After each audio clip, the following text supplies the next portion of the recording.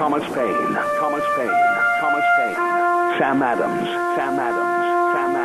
Benjamin Franklin. These men spoke up for what they thought was right. From their courage came such documents as the Declaration of Independence and the Constitution of the United States. From their willingness to speak what was sometimes unpopular but right, we enjoy such liberties as freedom of speech, the right to keep and bear arms, and freedom of religion. There are those who still wish to oppress our freedoms, and there are still patriots willing to stand up and defend life, liberty, and the pursuit of happiness.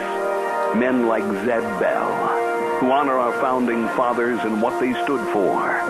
It's now time for Zeb at the Ranch, speaking up and defending your freedoms. Brought to you by Magic Valley Les Schwab Tire Centers and all of the other great advertisers on the program. And now, Zeb Bell. George Washington said it the best. It is impossible rightly to govern the world without God and the Bible. Amen. Good morning, everybody. Here comes Kate Smith, and God bless America, followed by a patriot with our Pledge of Allegiance. Good morning, good morning.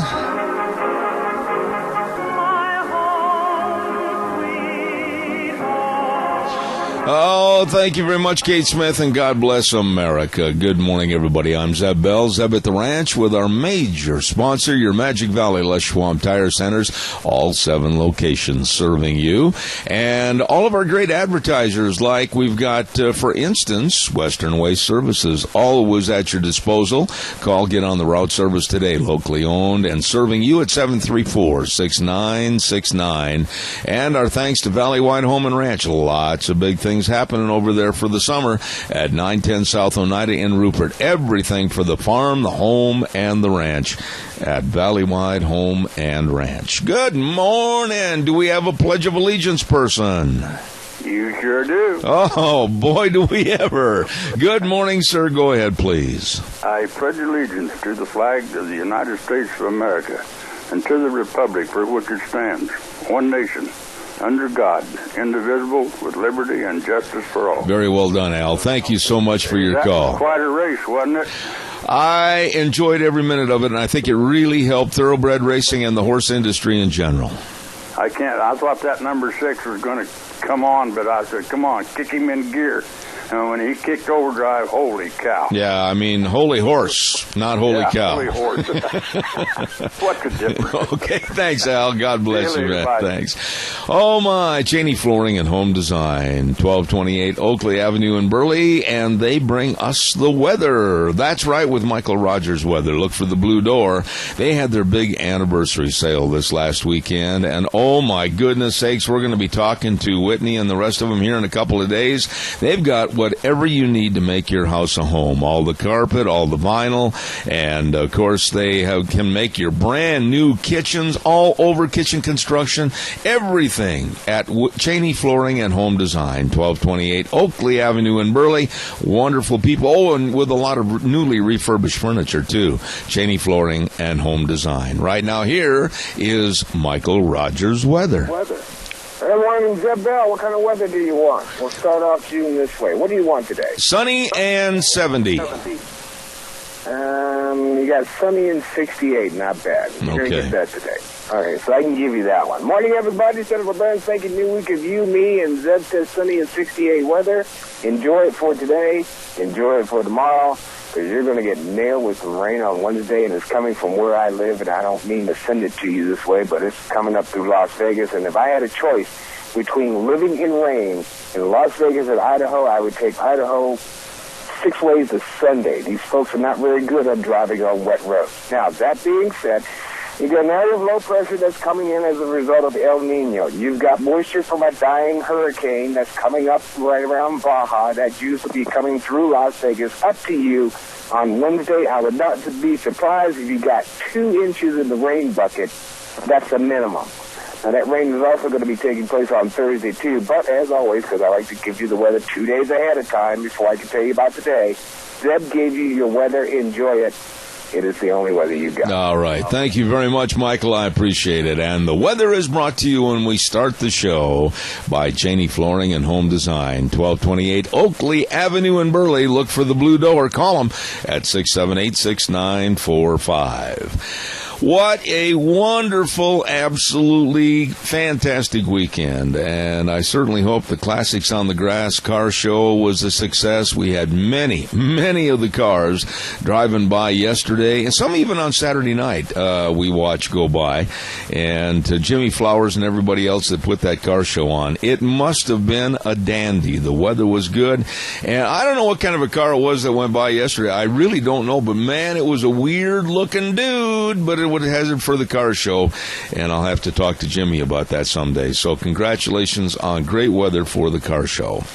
Darrell's Cleaners, 1223 Albion Avenue in Burley, with Kevin and Cindy and the whole crew, and they can clean anything and make it look brand spanking new. Oh, they're good. Listen, if they can take care of my rumply crumplies and make them look good, I'll guarantee you they can help you. All your dry cleaning, all the restoration of your items, and they're super, absolutely fantastic at Darrell's Cleaners, 1223 Albion Avenue in Burley. You stop in and see those wonderful people today.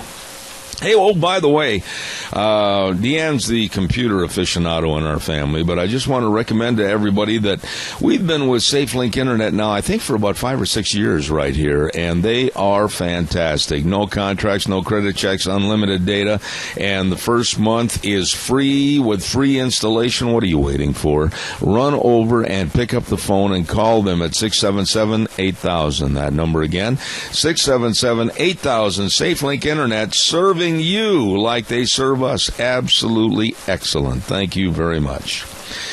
Calls are welcome and appreciated. 436-2244, 1-866-927-4587. Want to remind you about what's going to happen today.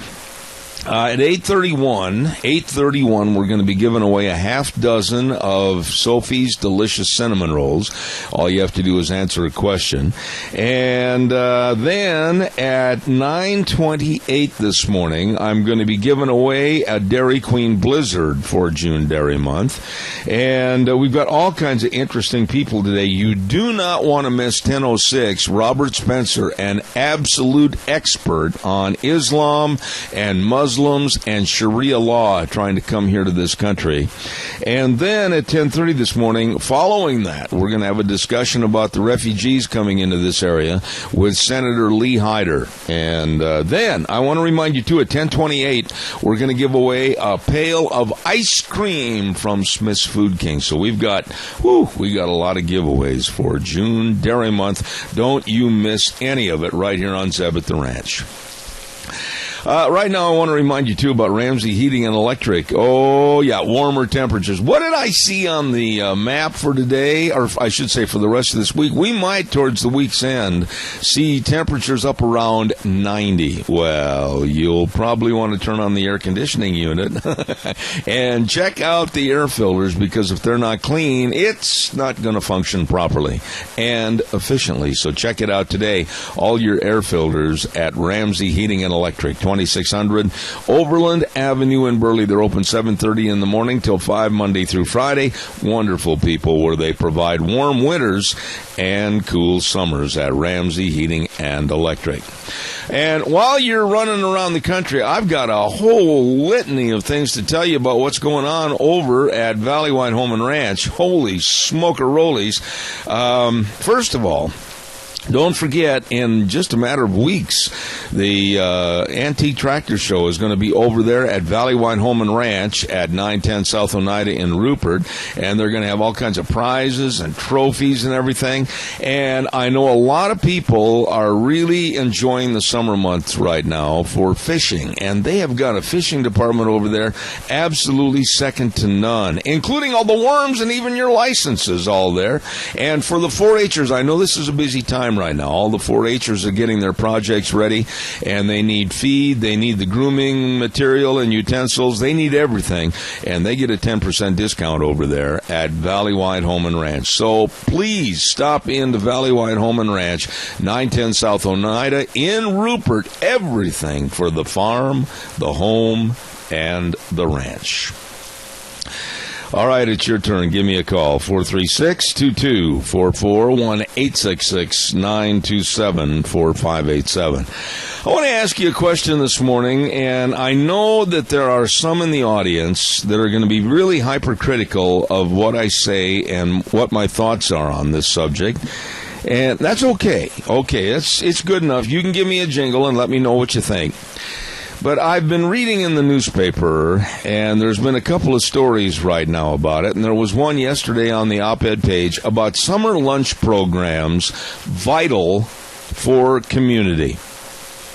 Summer lunch programs vital for community. And they were saying that almost 60% of the students in the Twin Falls School District qualify for free or reduced price lunches. And then they were talking about Jerome, they were talking about other aspects of the Magic Valley, and they said it's well above the state average at 48%, qualifying for a summer lunch program. But they had also stated in a previous article that income didn't matter. They were going to feed the kids anyway. My question to you is, what about parental responsibility? Aren't we taking away parental responsibility and creating more of a dependency? Oh, the government will feed us. Oh, the sponsors of the program will come up with the money to feed the kids. And what really irritated me was yesterday in the, and I want to hear your opinion on this. If you think I'm all wet and that we should enhance these summer lunch programs, let me know. It said in the paper yesterday, if it weren't for the program, hundreds of children would go hungry. Well, my response is, where are the parents? Where's the parental responsibility? Where's the life in the home? Where are the parents? And then it said, quote, it gives the children lunches they wouldn't normally get. Well, why not? I mean, we're absolutely complimenting, if you will, parents not doing their job as parents. And I was shocked when I read this, but last summer, about 2,000 Twin Falls children alone ate lunch on an average day with this program. Really, if you think I'm wrong and being, like I said, hypercritical of this, let me know. But, everybody says, well, it's sponsored. Well, the money is here from somebody else. Well, the money's there from the government. Whatever. Ladies and gentlemen, do you realize, why are we taking money that we could use for other dire circumstances and really help people in need or other situations? And we're creating a dependency on the government of thousands of kids per day because the parents aren't feeding their kids. Call me, please. I really want you to help me on this, because if I'm wrong, I'll apologize. Well, I don't think I am. 436-2244, 1-866-927-4587. Come on, get me on the phone. Give me a call. Don't forget Barry Equipment and Rental with Eli and the rest of the crew, old Nick and everybody. They've got 3 locations serving you over at Addison Avenue West in Twin Falls, South Lincoln in Jerome, and 159 West Highway 30 in Burley. Don't forget, they've got those Walker mowers, and they are the cream of the crop, the creme de la creme. 0% financing until June 30th, and no payments for up to 120 days. So you check it out today. They've got all the Bobcats. They've got all the Doosan equipment. They've got all the equipment to get the job done right for you at Barry Equipment and Rental with Eli and everybody else. Twin Falls, Jerome, and 159 West Highway 30 in Burley with old Nick. And they've got that new guy over there, Will Janes, helping you out at Barry Equipment and Rental. Come on. Give me a call, 436-2244, 1-866-927-4587. Am I wrong on the school lunch program for the summer? For the summer? To the point where parents... why are we letting parents off the hook of being parents? Now, I know there's going to be somebody call in and there's going to say, well, mom and dad are busy. Well, mom and dad, they can't take care of the kids. Really? Really, they can't take care of their own kids? And the dependency factor, regardless of income, that's the part that really blew my mind. Regardless of income, they're going to be feeding thousands every day. Come on, folks, give me a call. Denny's Restaurant, while I'm waiting for your call that I know is coming in. Don't forget, 611 Overland and Burley, and we'll be right there, caller. Don't you dare hang up. I'll be right there. We're going to be over there next week for Lunch Bunch at Denny's Restaurant, 611 Overland and Burley. Thomas and Terry, the whole crew, wow, the food. Yeah, that's what everybody says when they leave. Wow, the food is delicious. Breakfast, lunch, or dinner all the time, anytime at Denny's Restaurant. And their new location at 291 Pole Line Road in Twin Falls. Oh, I mean, they are good. You're going to love it. We do. And that's Denny's Restaurant in Burley, home of Zeb's Lunch Bunch. Good morning, caller. You're on the air. Good morning, Zeb. Yes. You know, I'm not in favor of this, of course, because I don't have any children.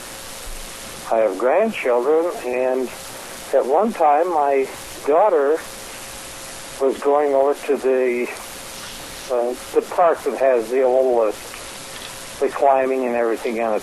They had free food there. Mm-hmm. And I told my daughter, I said, if you haven't got enough money to feed your kids, let me know, because I don't want you going there. What was it? Let me stop you right there, Keith, for a minute. What was it about the program that you wanted your daughter to know? What did you want her to learn? Why they shouldn't do this? Because it isn't the American way. We're supposed to... You think back of the pioneers, they used to help each other a lot. Yep. Like barn raising and that sort of thing. But doggone it, they stayed out of their other people's lives, and that's what they're trying to do here. They're trying to get us more dependent on a program that should never have been. Absolutely, and I've got other calls stacked up, but I want to tell you how much I compliment you for what you did and what you told your daughter and your family, because I am sick and tired of opening the Pandora's box of government dependency, and boy, it's got to be weaned somehow. Keith, God bless you for your call as always. Thank you very much. Have a good day. You too, sir. Caller, good morning. You're on the air. Go ahead. Yes, good morning, Zeb. Yes, Tony.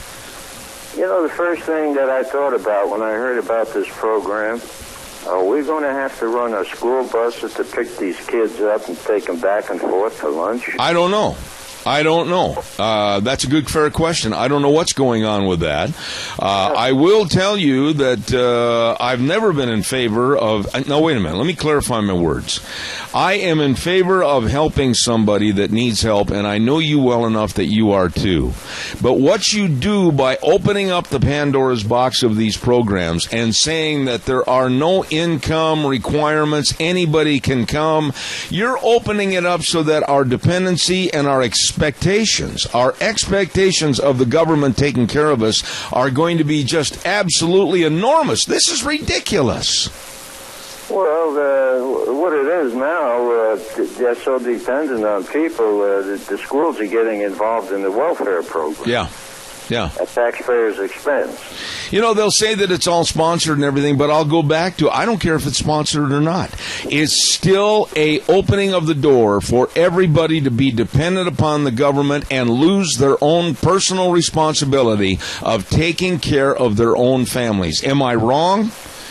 Absolutely not. In my day, my mother always had something for me to take to lunch. We never depended on the school system. We walked to school, took our own lunches, and that's the way it was. Yeah, I mean, they played on the heartstrings in this little editorial on the Times News newspaper yesterday saying, oh, these aren't faceless children. They're our neighbors, our friends, our relatives. Well, then you better sit down and figure out what the problem is and how to correct the problem, because personal responsibility is totally on the wane in this country, and I'm sick and tired of people saying, oh, well, the government and or somebody else will take care of my kids. Well, dependency on the government is a path to destruction. I agree, Tony. Thank you so much for your call. I appreciate it. You're welcome. God bless you, man. Thanks. I don't know. I just, I've read the stories about this in the paper, and I'm very much offended by this. There are those that need help, and God bless them. I hope help is provided. But when you make it so that anybody and everybody can go, and what are the costs on these things? I think that's like $4.15 per lunch, and you're talking about in Twin Falls alone, thousands per day. Caller, good morning. You're on the air. I think you're right on the money there, Zeb. Well, nobody seems to care anymore whether I'm right on the money or not, Del. I mean, my goodness, it's going to take a unified voice from everybody to say, hey, come on, let's get off these programs. Let's at least start to be responsible. What do you do, Del? What do you do? Well, to me, they're leading right into the Soviet Union, communism. Well, it seems like they don't care. We've lost our pride. I mean, okay, I admit I was very fortunate. I worked hard. Deanne worked hard. We fed our own family. We didn't have to go get stamps. We didn't have to go do this, etc. But we worked. Deanne and I both worked. And I can't and we still took care of our kids, Dal, like you did too. Well, we've taken care of ours all our lives, and we're still helping out. All right. Well, God bless you, my dear friend. I appreciate your call. Thank you much. Okay. I don't know why it is that people today are so quick to open the door of a handout instead of sitting back and saying, well, I've got to work harder. I've got to work smarter.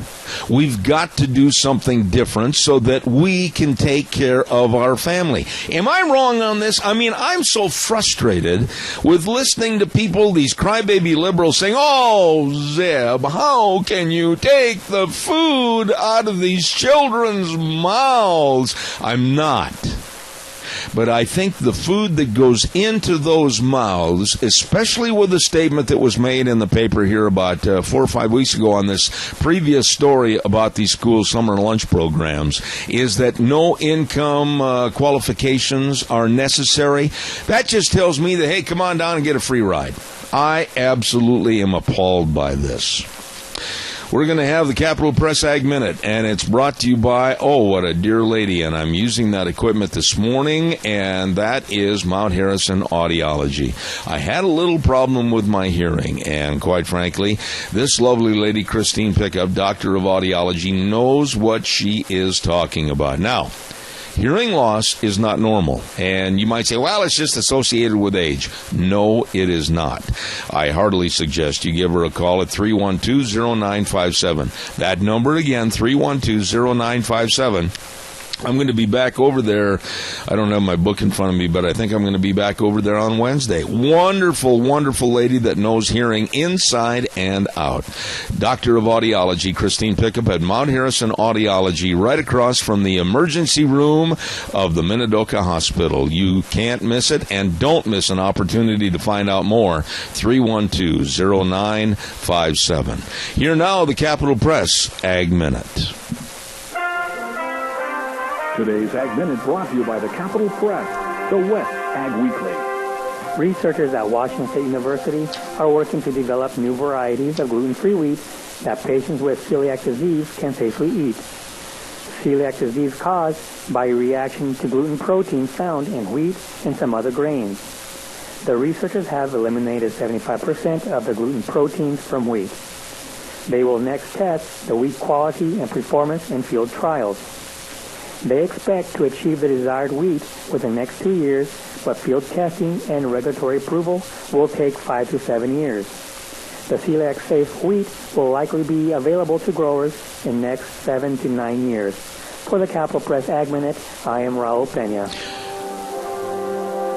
For more agriculture news and information, turn to the West Ag Weekly, the Capital Press, and capitalpress.com. All right, thank you very much. And don't forget, brought to you by, I think, the world of this lady and her opportunities that she creates for those that might be hard of hearing or losing some hearing, Mount Harrison Audiology. Call for a hearing screening today at 312-0957. Hey, don't forget the Relay for Life is coming up at the Cache County Fairgrounds on June 19 and 20.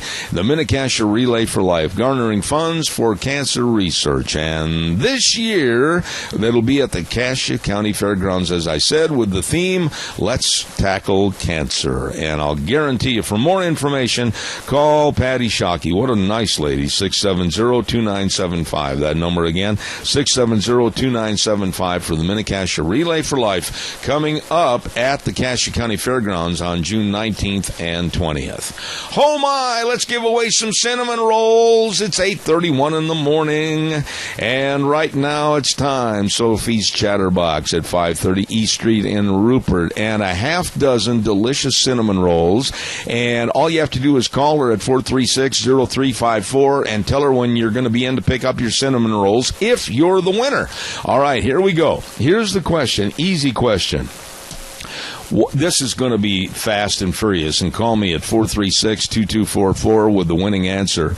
What recording artist made a bombshell hit out of the song called By the Time I Get to Phoenix? What recording artist made a bombshell hit out of the song By the Time I Get to Phoenix? If you want to win, first-time winners only, a half dozen cinnamon rolls, give me a call. Caller, good morning. You're on the air. Glenn Campbell. Who is this? Elaine Matthews. Elaine Matthews. Do you like cinnamon rolls? I love them. All right. Now, there's one stipulation here. You got to share with the host. I'm kidding. Okay, you got to come and get them. I'm sure. I'll tell you what, Elaine, congratulations. I'm going to put you on the spot here a little bit, Elaine. Did you know that song had been previously recorded by two other people before Glenn got it?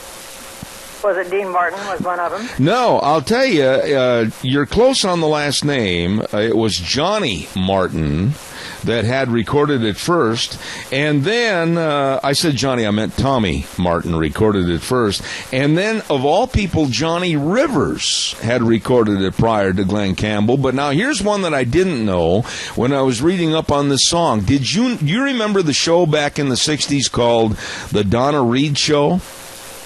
Yeah. Do you remember the young man that played the son, Jeff Peterson? Or Paul Peterson, pardon me, Paul Peterson?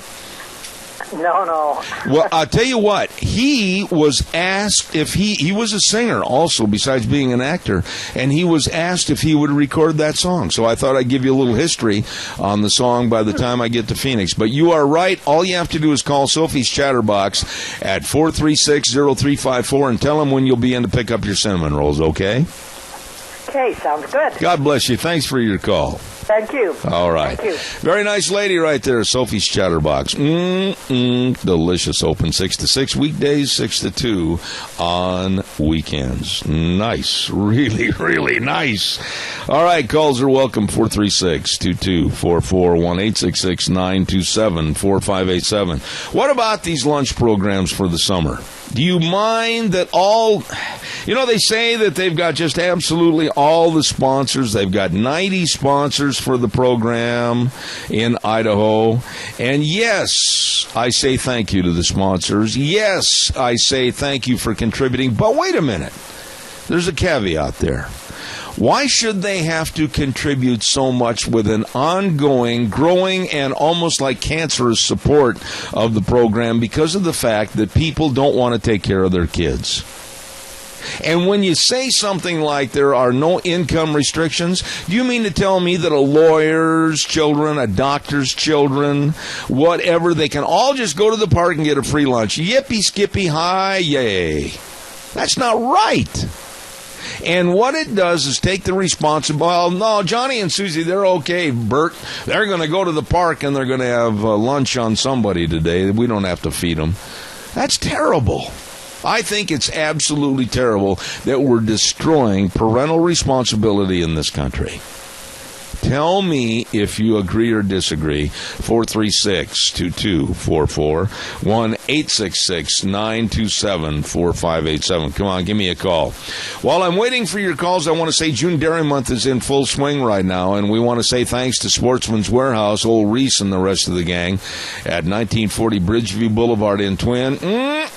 All the Father's Day gifts are there. Father's Day's coming up in holy buckets, 2 weeks. Yep, that's right. Fishing equipment, hunting equipment, camping equipment. Sportsman's Warehouse has it all. 1940 Bridgeview Boulevard in Twin Falls. Along with our friends at Butte Irrigation, 116 South, 600 West of Paul, and their new location at 22342 Kimberly Road in Twin Falls.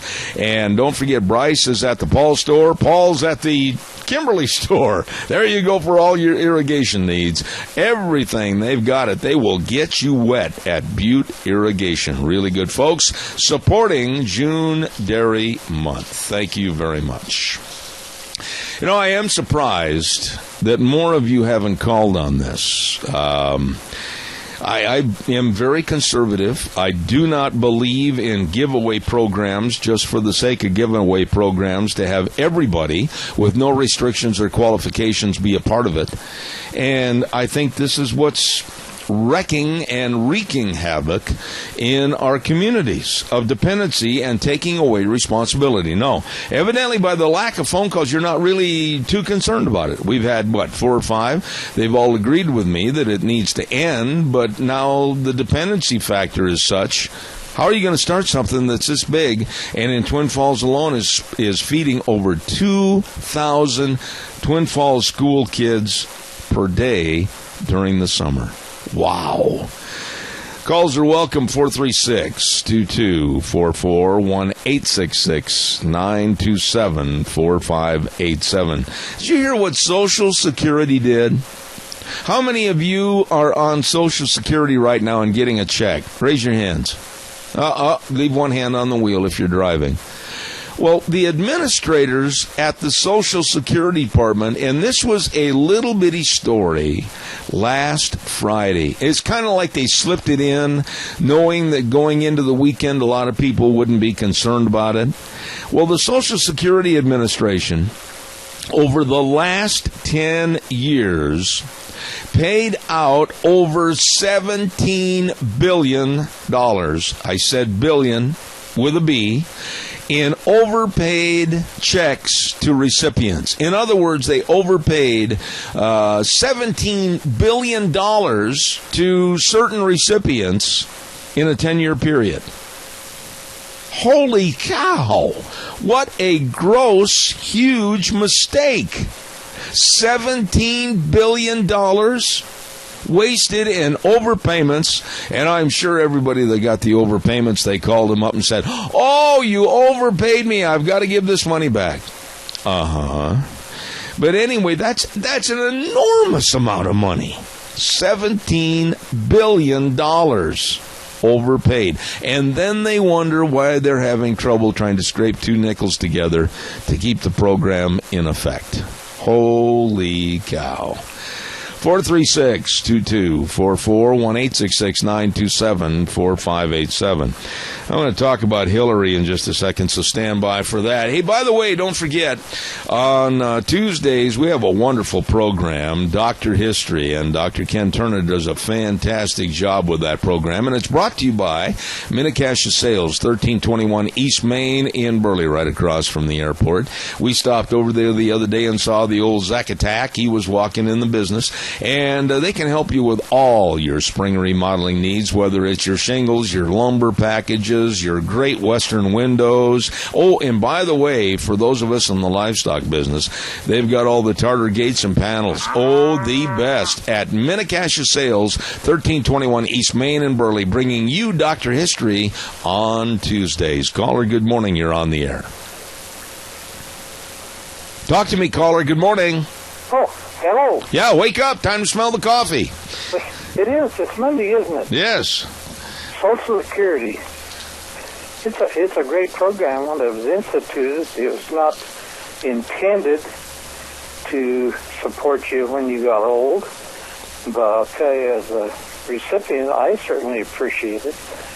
But the problem with Social Security is They don't administer it very well, evidently. And the other problem I have, Zeb, is they do not cover hearing, eyesight, or dental. Yeah. Now, when you get old, what are the things that go? You said that Christine, that, you know, it wasn't a sign of age, but it really is. No, it's not. I did learn something about hearing. It's the way we've lived a lifestyle with noise and the detriment of noise that has caused a lot of hearing in later years. And so basically, if you were not exposed to a lot of hearing problems during the course of your lifetime, you'd still have good hearing when you get old. It is not a sign of aging, and I agree with her. Well, eyesight, like, I have macular degeneration, which is a very serious thing. Right. And that is taken care of by Social Security and then my supplement. But if you just need a pair of glasses, good luck. Well, because nobody is going to help you. You know, Keith, I'm just a little embittered because here we're talking about the nation's aged senior citizens that are, they've contributed so much to our economy, they've contributed so much to our welfare. And we are taking money, and I'm not saying the money from the funding of school lunches should go into taking care of our aged, but when you talk about a waste of money, and you talk about parents just basically handing over their personal responsibility of raising their kids and telling somebody else that they can feed them every day during the course of the summer, and then somebody that really needs help with whether it's glasses or somebody that's aged and can't get around, that's ridiculous. That will offer on one hand helping people shun their parental duties, but we won't help the others. That's right, and Social Security is something that you and I have earned. There's a lot of people on Social Security that didn't earn it, that were taken care of, but that's right. That's the American way. But when they start using this money for all these little social programs to take it away from the Social Security program, that is just wrong. I agree. Keith, always good to hear from you. Thank you so much for your call this morning. God bless. Bye. You know, I'm surprised more people aren't talking about this. And I'm surprised maybe I haven't had some moms or even dads call me and say, well, you leave alone that school lunch program during the summer. Why, I work construction, or mom's working as a secretary, and we haven't got time to feed the kids, so we think it's great. You know, I want to hear from you, either or, pro or con. I personally think it's taken away the parental responsibility, and it's made us all the more cognizant of government dependency. Pardon me for biting my lip. I don't like it, and I'd like to see it curtailed, and I'd like to see it regulated. Caller, good morning. You're on the air. Good morning, Jeff. Yes, sir. Hey, I have seen these people in the park with their free lunches and that. And I watch these people drive up in their nice cars or nice Denali's and stuff like that just so they can get a free lunch. They probably spent more on gas than they did than what it cost them per food. Yeah. Yeah. Jeff, real quick, what are your thoughts, though? I mean, do you agree with me that we are eliminating little step by step, inch by inch, parental responsibility in this country to where, and they did say that these programs do not have any income requirements. Basically, it's a free ride for everybody, and I find that disgusting.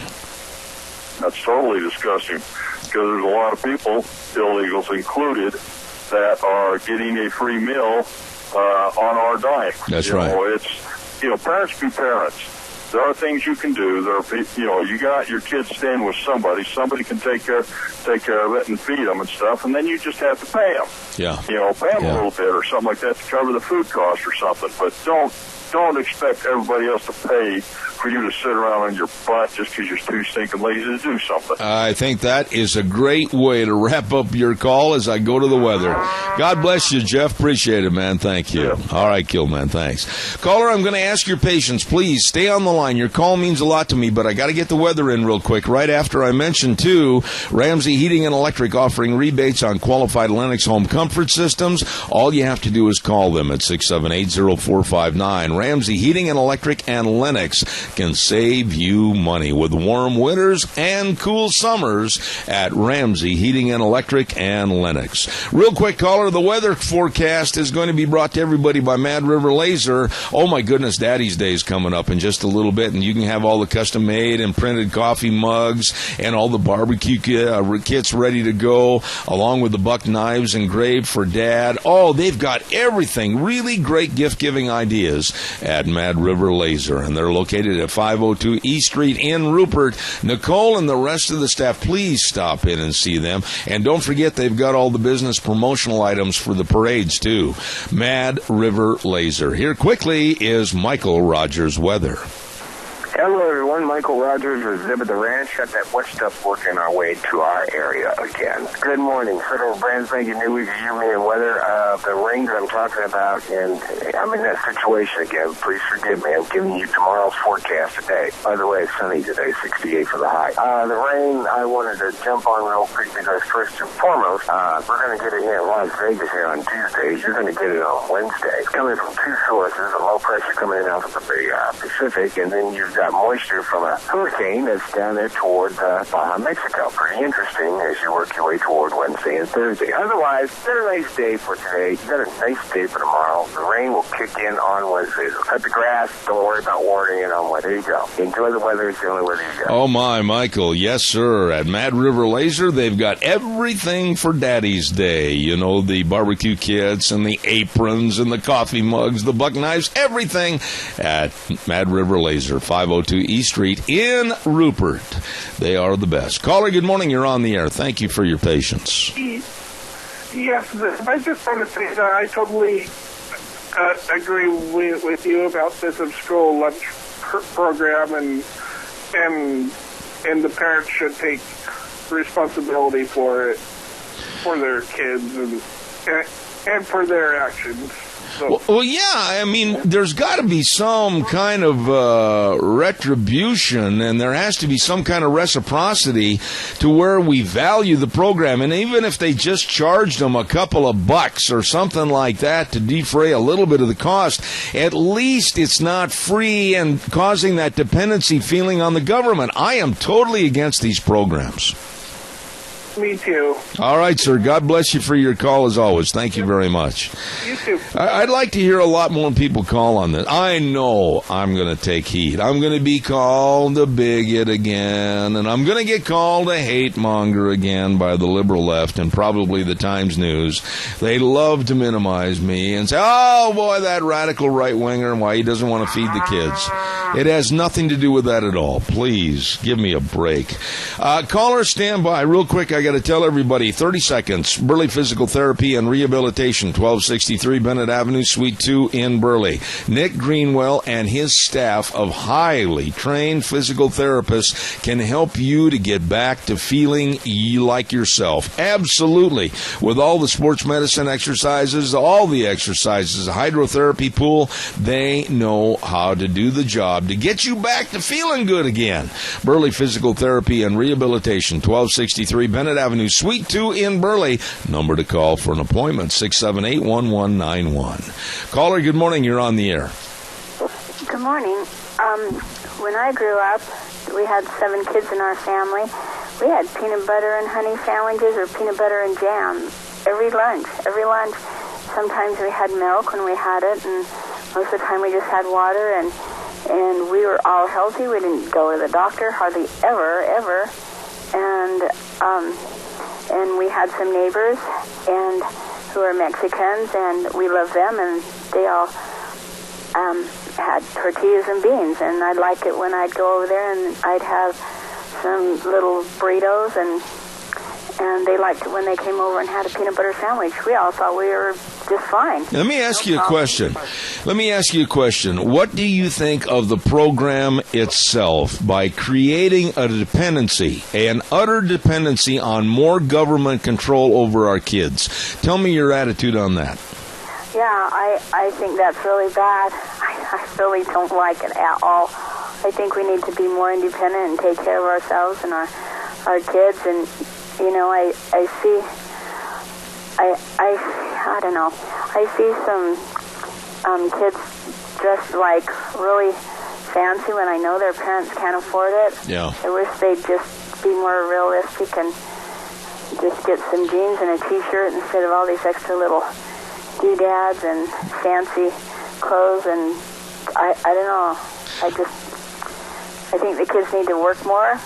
Absolutely. And I know we didn't live on a farm or anything, but just like cutting their grass. I heard last week where they listed all these activities kids could do in the summer, which I thought was good. They all seemed to be good, but why don't they have a class on teaching kids how to cut the grass and plant flowers, and so they can take care of the neighbors' lawns if they want and actually know how to do it. Amen. And so they would be a little more professional and plant little gardens, dig up a corner of the lawn and plant some stuff, tomatoes, so you can feel like you're eating your own stuff. There's a feeling of being independent there and good self-image, and just it's something the kids look forward to. They'd run out every day to see where the tomatoes are or if the peas are ready to eat. And that kind of stuff, I think we need to get back to more basics like that. I agree with you, and I'll tell you one simple little word, 2 letters actually, a number and a letter, 4-H. I am a big advocate of 4-H because it teaches kids how to grow into really responsible adults. I'm a big fan of it. Thank you for your call. I appreciate it. Thank you. God bless you. Thank you so much. That lady laid it out, and it was really, really well said. Thank you very much. More calls, 436-2244, 1-866-927-4587. I got to go over across the river and to the studio right now. Wheels is sitting there, and he's got one finger perched above this one certain button to tell us all about the Elko Silver State Stampede. Wheels, let that finger hit the button. Nevada's oldest rodeo, the Silver State Stampede, thunders into Elko July 9th, 10th, and 11th for family entertainment at its best. This PRCA-sanctioned rodeo brings you the thrill of rodeo riders going head-to-head in one of the world's toughest sports, rodeo. The action kicks off on Thursday with the annual kickoff party, including a tri-tip dinner, mutton busting, the Old West bronc riding, and dancing to the music of the Jeff Palmer Band. Things heat up on Friday and Saturday with PRCA rodeo action, the Ring of Fear, mutton busing, and all the fun, music, and dancing you can handle. And don't forget on Saturday, it's tough enough to wear pink. Pick up your tickets today at Roy's, the J.M. Capriola Company, the Boot Barn, IFA, or the Elko Chamber Office. Nevada's oldest rodeo, the Silver State Stampede, thundering into Elko July 9th, 10th, and 11th. Family entertainment at its very best. Oh, my, Silver State Stampede. We're going to be back down there again this year. Looking forward to it. Hey, by the way, don't forget, be ready for summer travel by stopping into your Magic Valley Les Schwab Tire Centers. Oh, I love these folks. They are the best, and service reigns supreme. They've got the free pre-trip safety check, along with the best of tires. And many of them are on sale right now, like the Ultra Z900. Oh, my goodness, long tread life. That's her best passenger car tire, smooth, quiet ride. You check it out. The best in brake service, too. That's not bragging. That's a fact. They are the best. At your Magic Valley Les Schwab Tire Centers with Lane and Rupert, Dave on Blue Lakes and Twin, Mike and Buell, Mike and Jerome, the Twist family and Paul, John on Poline in Twin Falls, and Randy on Overland and Burley. Your Magic Valley Les Schwab Tire Centers. The best. Good morning, caller. You're on the air. How are you doing this morning? Not bad, sir. Go ahead. I don't know what you're all talking about the lunch program for, but you've got something that really irks me about it. And your president's wife went in and she says, we need to revamp the school lunch program so they're eating healthy. Uh-huh. Well, I know school administrators, and it doesn't work. All the kids are throwing away the food because it's not what they want to eat. Absolutely. Second of all, then they go home and they fill up on all these chips and crap because they are completely starved by the time they get home. Right. Okay, now this is what irks my bottom. She goes in and revamps the school system's lunch program to make it healthier, okay? Why don't they go in and do that to the what do I want to say, the food stamp program or something. Yes. Because I do not understand when you get your supplement checks for food stamps and stuff, what good is a full shopping cart full of Pepsi and chips to? Absolutely. Absolutely.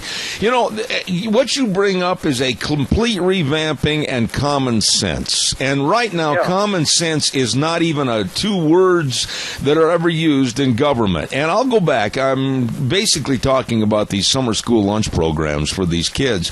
And there's no income attributions as far as what they can make, what they can't make from the families.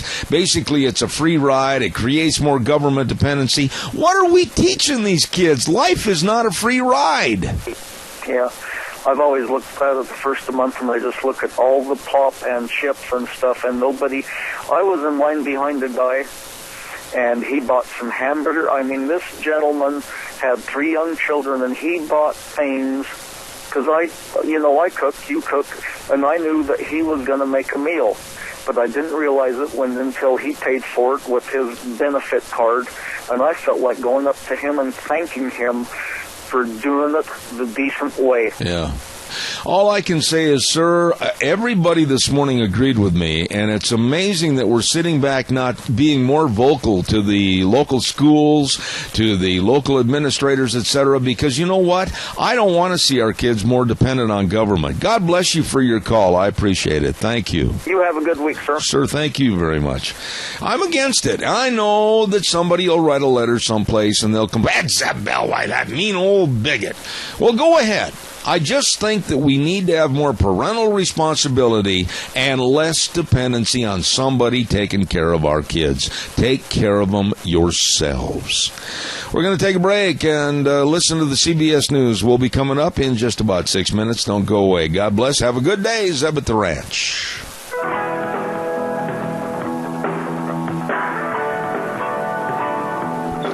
All right, here we go. Hour number 2, Zeb at the Ranch, with our major sponsor, your Magic Valley Les Schwab Tire Centers. All 7 locations serving you, along with some of our great advertisers like Valley Wide Home and Ranch, 910 South Oneida in Rupert. Everything for the farm, the home, and the ranch at Valley Wide. And our friends at Western Waste Services. From the canyons of the Snake River and all across southern Idaho,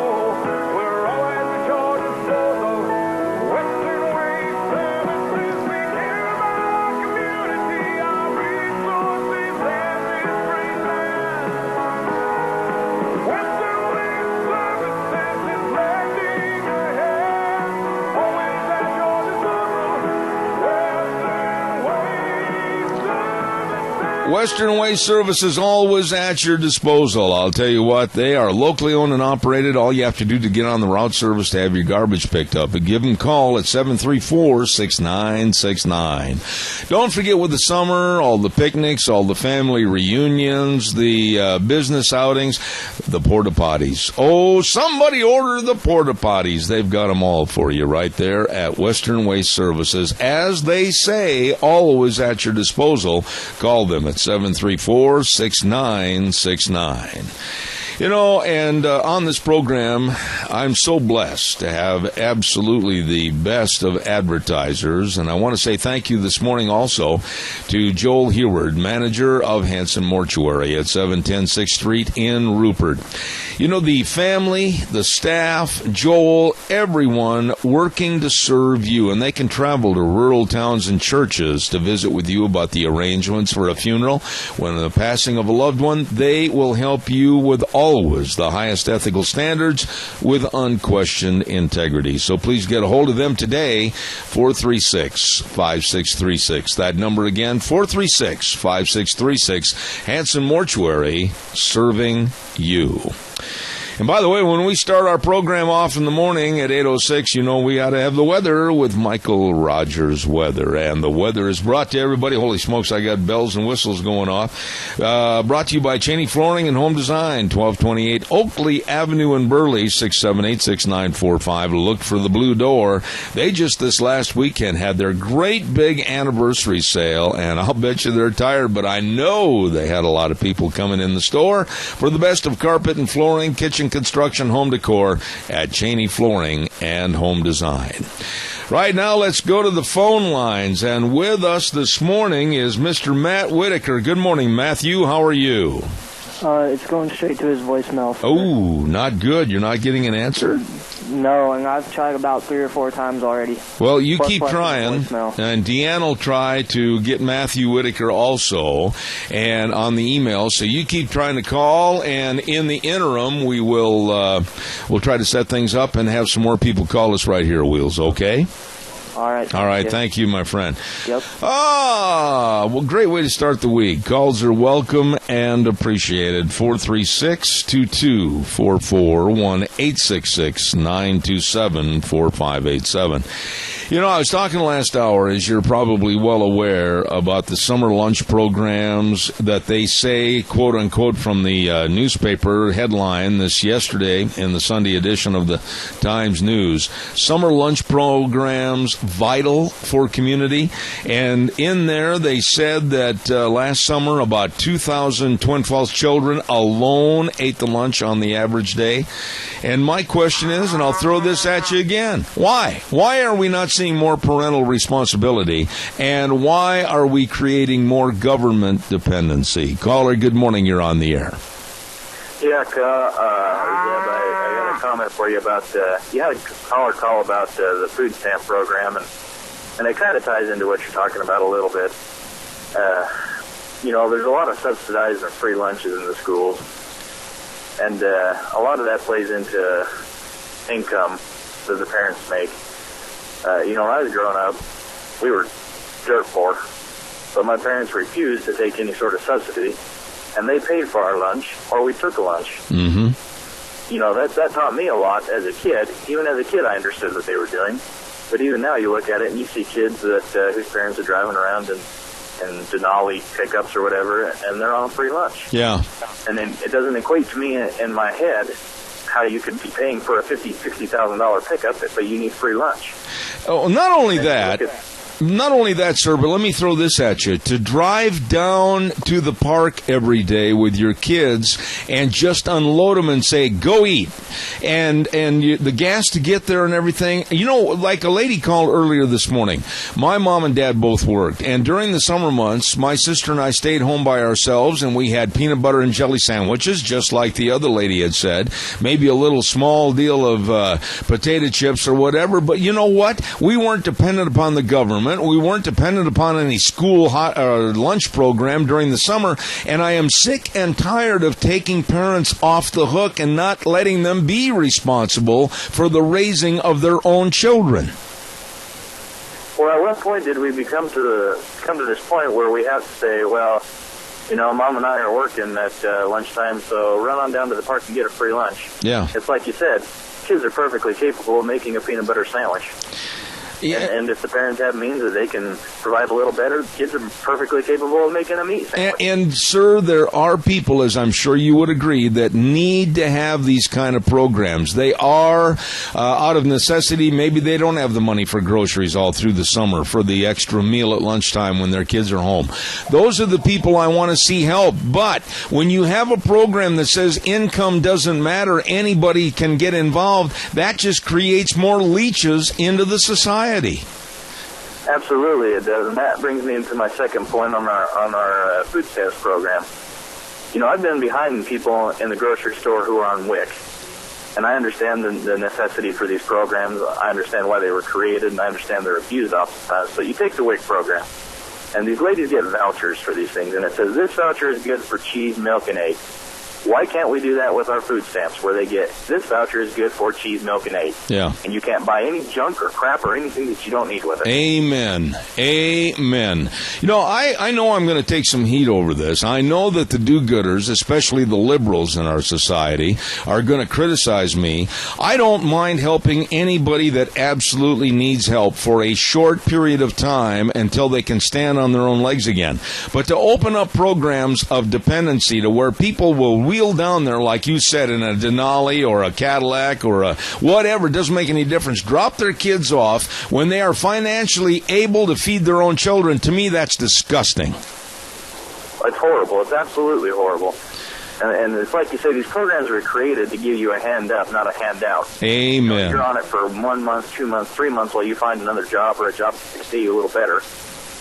You don't sit there and on it for 5, 6, 10 years while you're just living off the subsidy. Absolutely. That's not what they're created for. Absolutely. I'm all for helping somebody who needs help.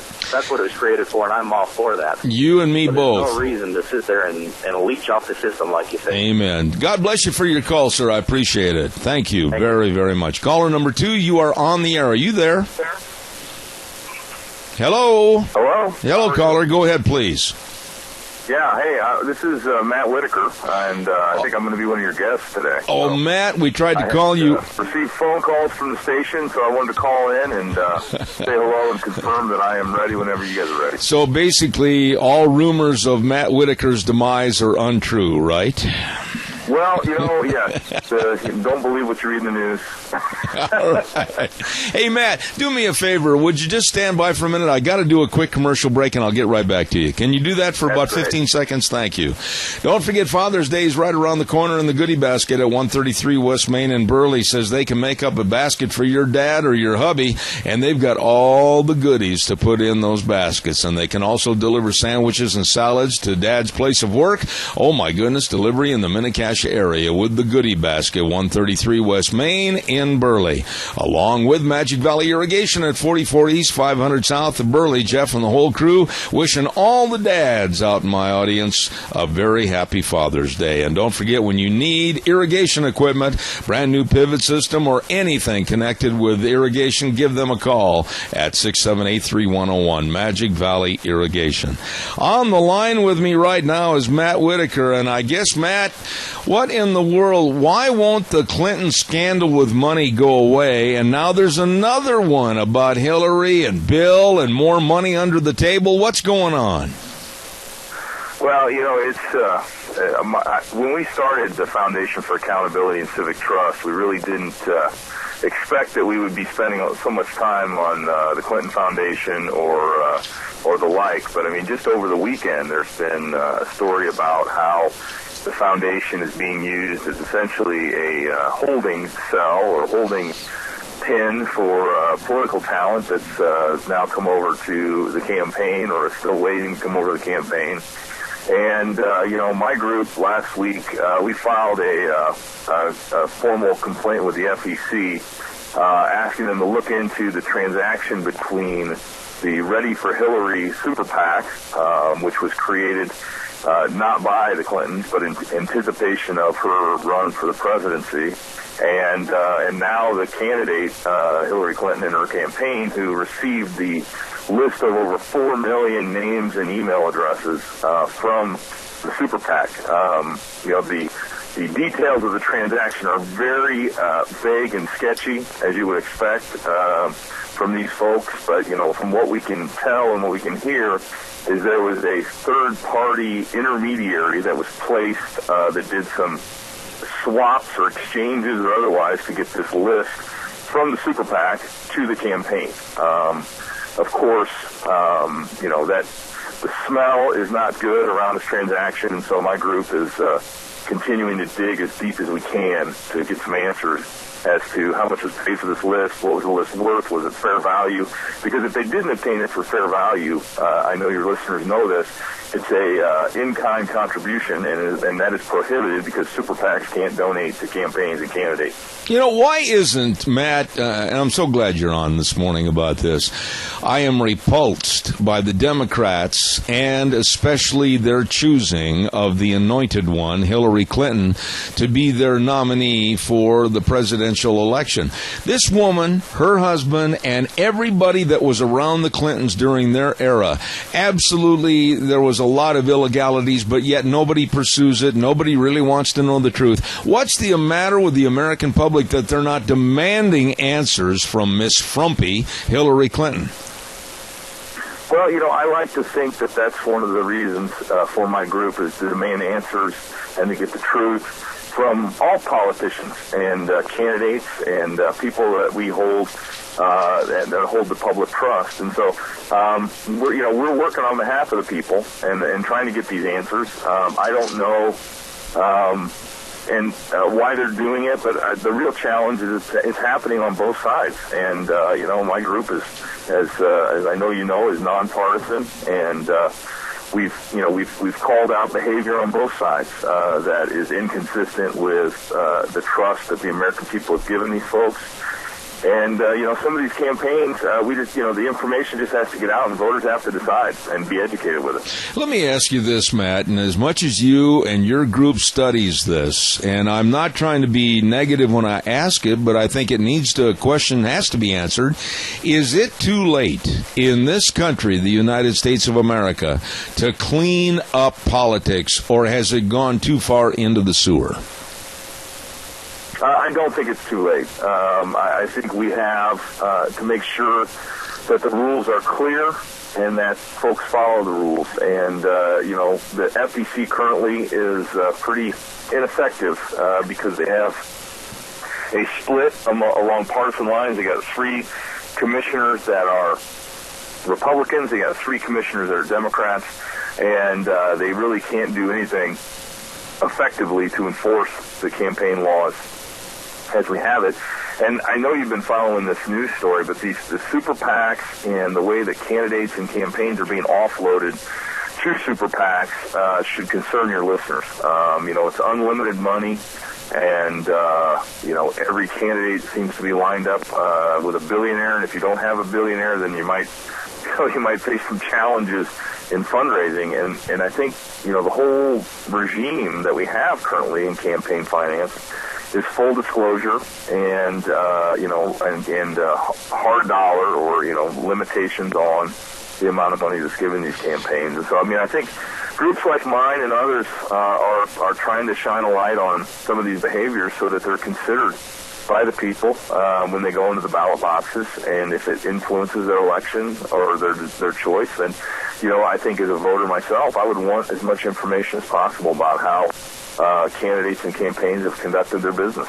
Yeah, but Matt, I guess maybe I'm pursuing something down a street here that maybe the answer's already been out there this morning.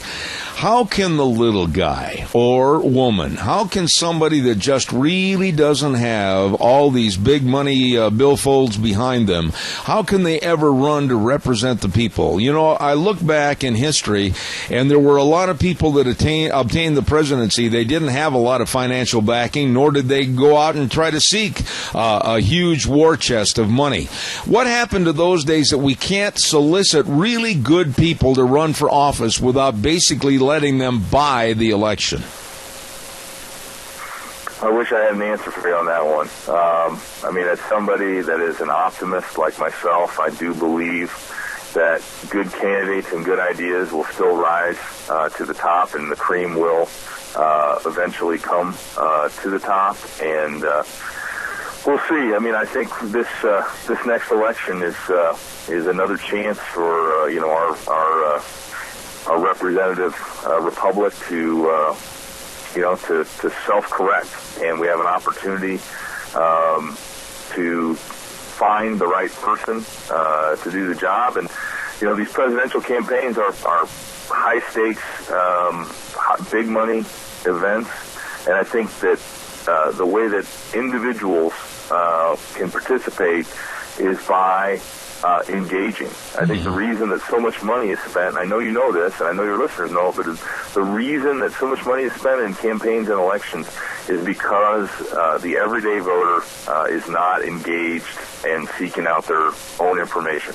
They are still, the evidence suggests that voters are still persuaded by campaign ads and negative ads especially. And so until voters are armed with their own information and seek out their own answers, I think we're going to continue to have a lot of money thrown in. But I guess as an optimist, I do believe that good candidates can still get elected and can still work on behalf of the people instead of their own self-interest. Last thought on this, Matt, for this morning is, I guess the question would be, one of the stories that I read on this, Watchdog accuses Clinton campaign of illegally obtaining email lists from Super PAC, and there was one sentence in there that said, a spokesman for the Clinton campaign declined to comment on the swap. They're not saying anything. They won't tell anything. Hillary won't answer any questions.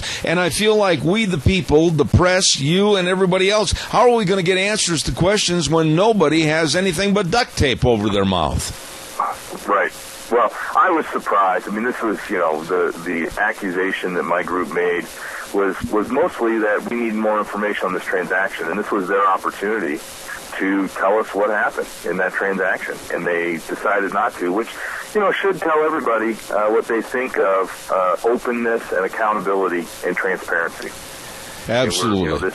This current administration is the least transparent administration we've had in our nation's history, and to some extent, I think we can watch these candidates and how they behave, and that can forecast and foretell how transparent they will be if ultimately they are elected president. Matt, I appreciate your following back and calling us this morning. I got to run and get another segment started, but God bless you, man, and I'll keep in touch and have you back on the program in the future. I appreciate it. Thank you very much. All right, sir. Thank you.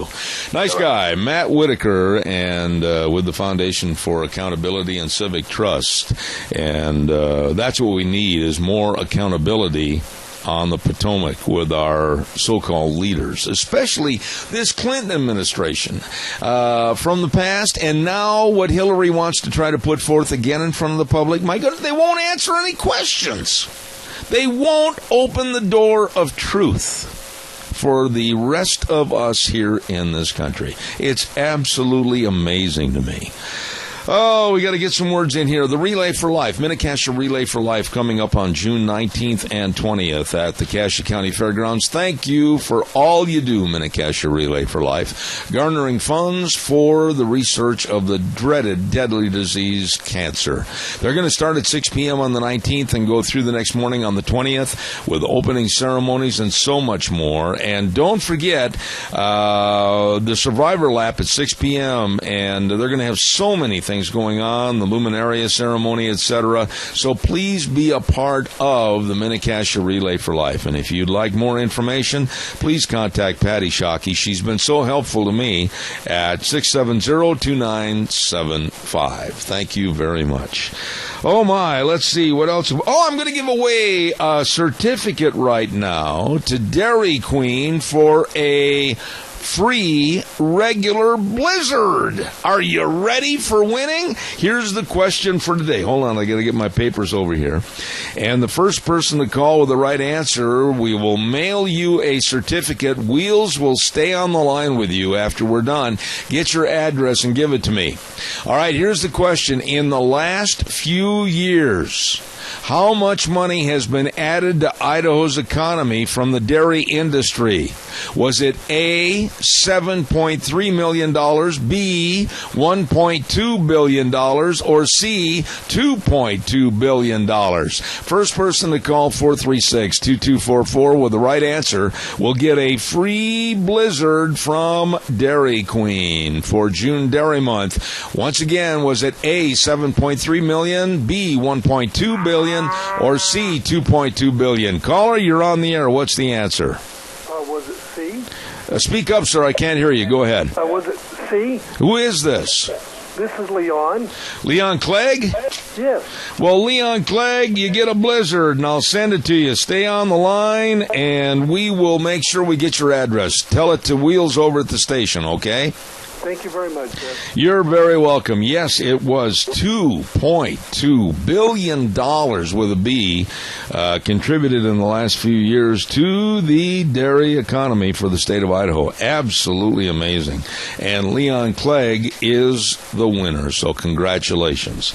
Oh, my. There you go, Deanne. Thank you very much for all your help on that. We're going to be giving away more United Dairymen of Idaho and, of course, Dairy Queen and Smith's Food King gift certificates, so you stay tuned. Let's not forget what's going on over at Let's Ride, Highway 24 between Rupert and Heyburn. Oh, my. We're going to be talking to Dennis, I believe, in about 15 minutes over there, as a matter of fact. They're going to have a great big poker run. We're going to tell you more about that. But Let's Ride, Highway 24 between Rupert and Heyburn, where the fun is sold. Don't forget they've got all the watercrafts, and it's supposed to get up into the 90s. Oh, Oh, fun on the lake, fun on the river, you better believe it. They've got all the watercraft over there at Let's Ride and all the 4x4s. Ready to get outside and enjoy Idaho. You better believe it. Let's Ride, where the fun is sold. You stop over or give them a call, 436-4771. In just a moment, we're going to have the lovely Carrie Kupek on our program, and we're going to be talking all about what's going on with the Alliance Defending Freedom. Don't forget, while you're over there on Highway 24, headed towards Rupert, Cameron, and Siemens Insurance, life insurance, health insurance, retirement planning, employee benefits, all of this and more provided to you by dedicated, responsive folks like Dean Cameron and Todd Siemens. They are devoted to serving you. All you have to do is call them for an appointment at 436-4424. That's, of course, Cameron and Siemens Insurance, Highway 24 in Rupert. Really, really good folks. It is June Dairy Month, and some of our June Dairy Month sponsors, of course, are Dairy Queen. We just gave away a certificate to them, and we want to say thank you very much to Dairy Queen at 2200 Overland Avenue in Burley and 5055 Lincoln in Jerome. Don't forget, they've got all the blizzards, especially the new one, the Jurassic Smash Blizzard with smashed up peanut butter cookies and cookie dough. Oh, it's good. At Dairy Queen in Burley and Jerome.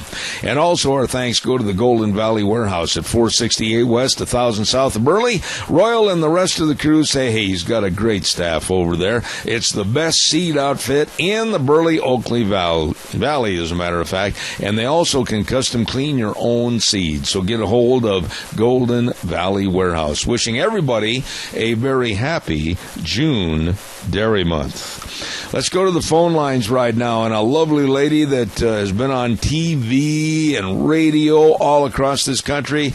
Good morning, Carrie Kupek. How are you?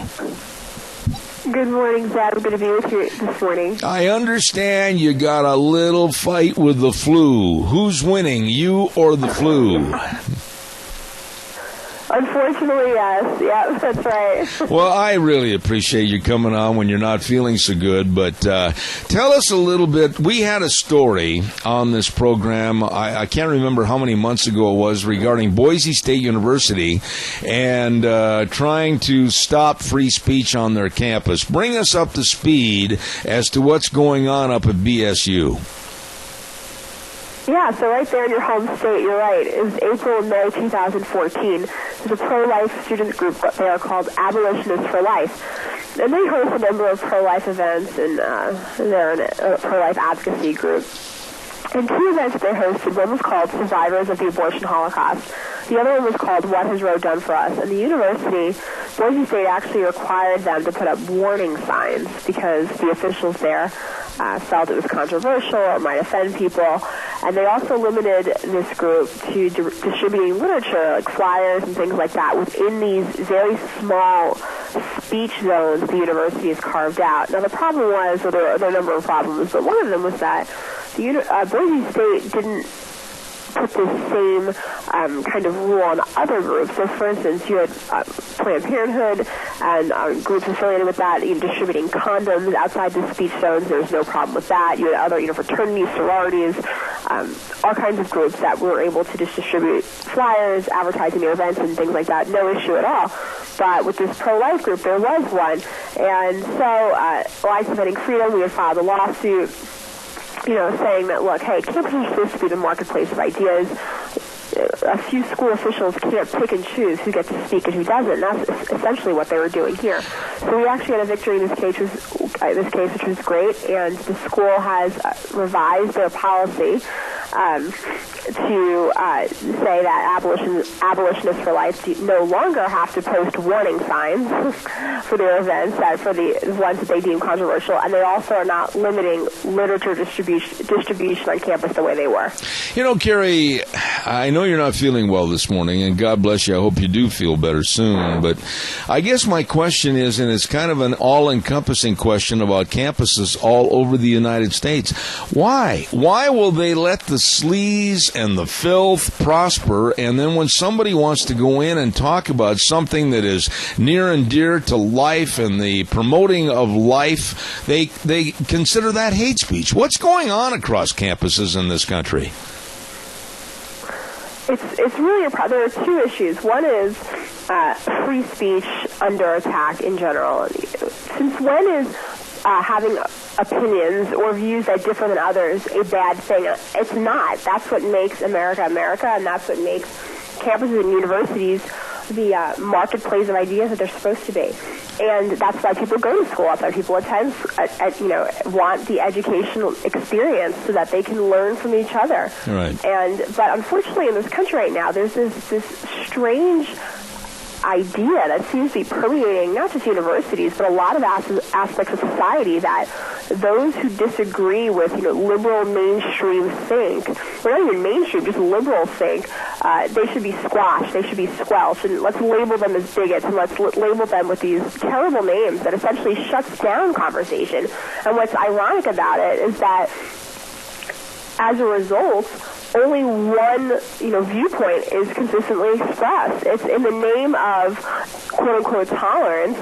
Really, you're getting one point that, say a few people in government, or in this case, a few liberal school officials, adhere to. And it's a total problem. And with Boise State, for instance, with this Abolitionists for Life group, they said, well, your pictures are too controversial and they could offend people. Well, what's interesting is that one of the pictures that they had as part of their exhibit, it actually showed, it was an autopsy photo of a woman who had died because of a botched abortion. Well, they actually had covered that picture. The students themselves, the students who were part of this group, they had covered the photo with a flap that said, warning, autopsy photo. So there was no issue. If a student wanted to see it, they literally had to lift the flap. They had been warned and look at it then. So for the school to say that this was going to be a problem with it was ridiculous. But like I said, the good news is they've revised their policy and said, okay, you don't have to put up these warning signs on top of the warning signs. Right. And, we're not going to sort of haphazardly enforce this, you can distribute flyers, but you can't policy across campus. There was a sentence printed in the story that I believe was written by, help me if I'm wrong on this, but with the Alliance Defending Freedom, David Hacker's name was used, and I can't remember who wrote this, but I just want to read this one sentence.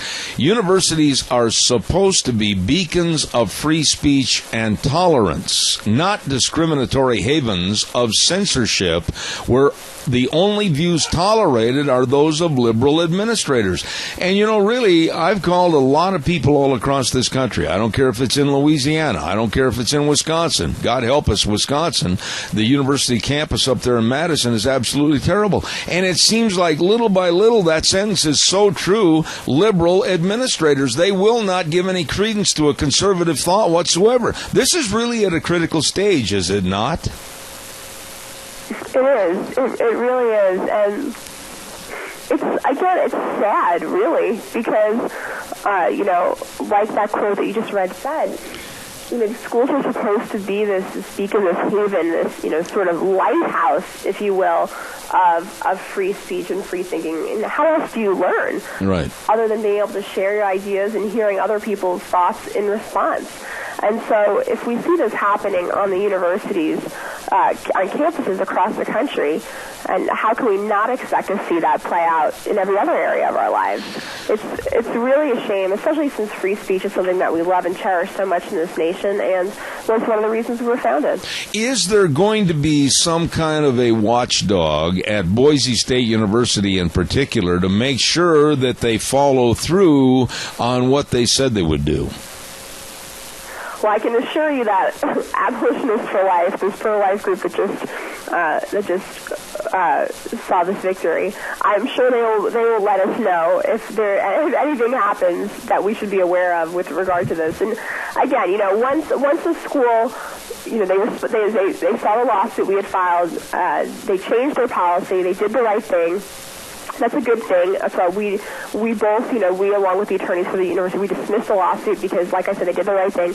Other schools are able to do the same. We want schools to do the right thing. We want them to make sure that all students have the opportunity to speak and all students have the opportunity to engage in expressive activity. That's the reason these students are going to school in the first place. And so we're encouraged by this ruling, and I hope to see more of the same.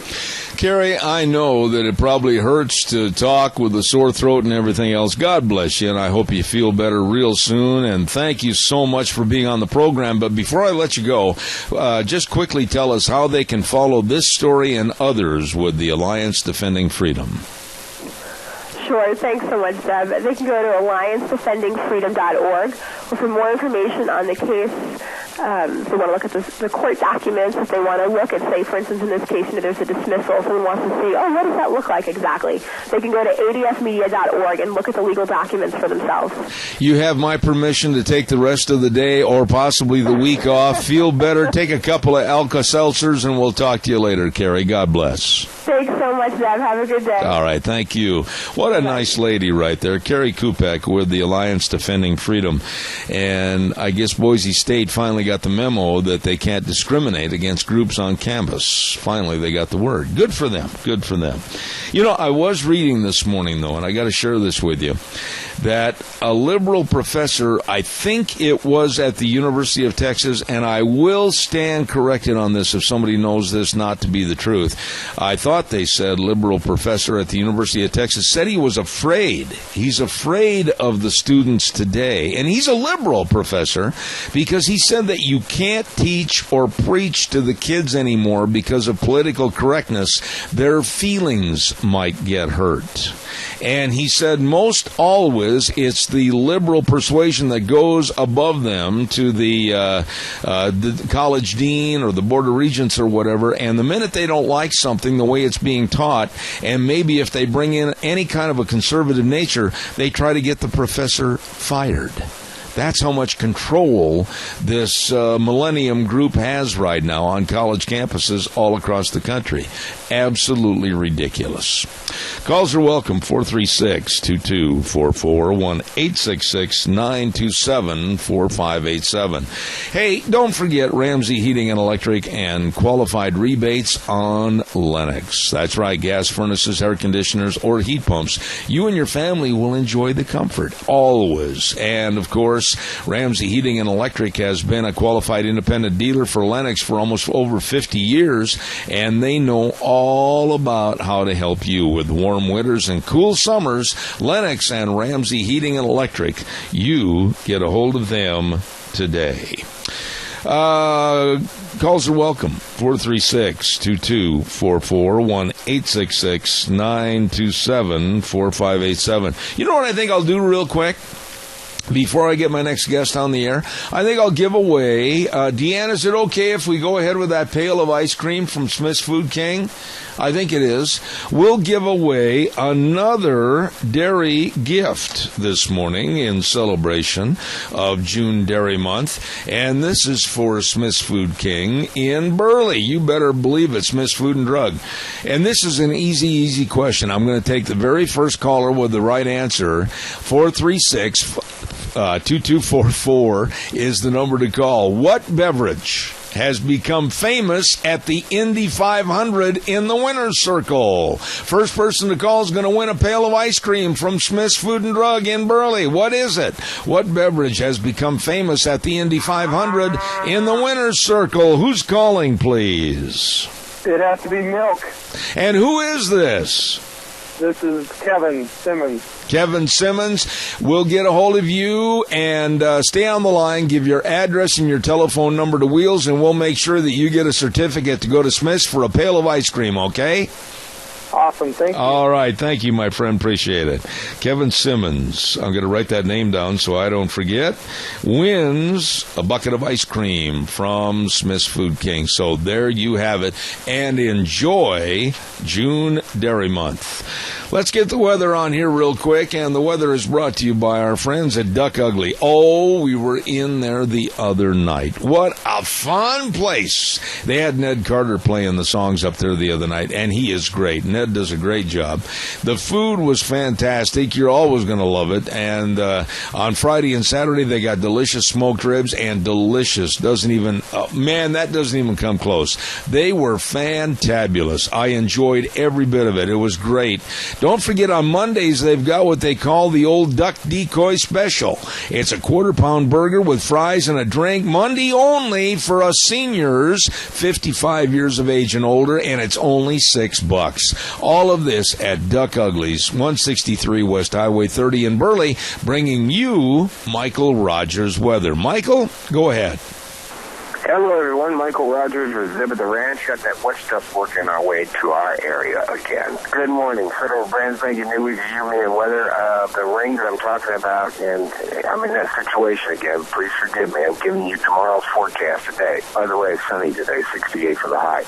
The rain, I wanted to jump on real quick because first and foremost, we're going to get it here in Las Vegas here on Tuesday. You're going to get it on Wednesday. It's coming from two sources. The low pressure coming in off of the Pacific, and then you've got moisture from a hurricane that's down there toward Baja, Mexico. Pretty interesting as you work your way toward Wednesday and Thursday. Otherwise, it's a nice day for today. You got a nice day for tomorrow. The rain will kick in on Wednesday. So cut the grass. Don't worry about watering it on Wednesday. There you go. Enjoy the weather. It's the only weather you got.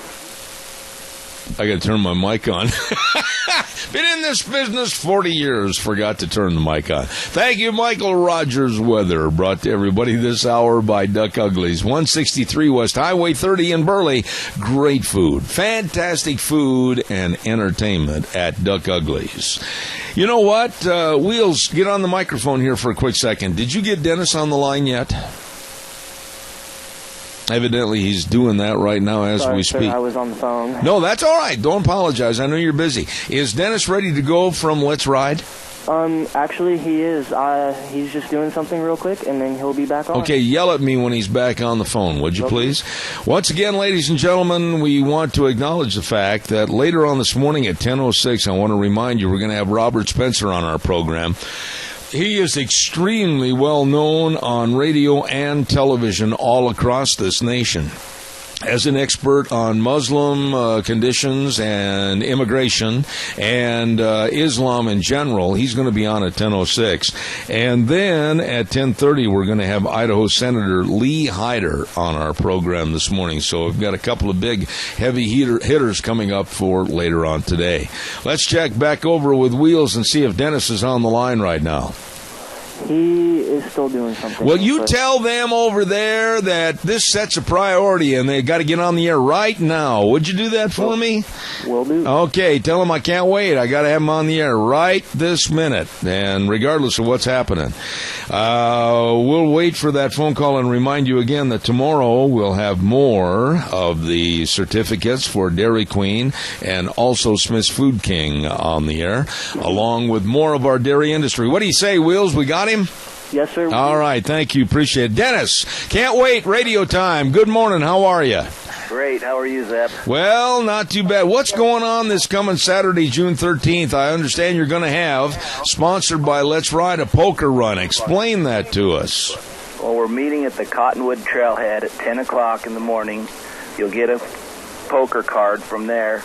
Then we're going to ride up to Father and Son's Campground. The ATVs will go on one, and UTVs go one way, and the single-track motorcycles will go the other way. You'll get cards on your way up. Then when you get to the top, we'll have lunch for everybody, refreshments, and a bunch of prizes to give away if you have the best poker hand. Oh, my goodness. Now, why don't you tell everybody exactly where Cottonwood Trailhead is and how to get there so everybody can be a part of it? Now, is this open to the general public, or who's allowed to go on the poker run?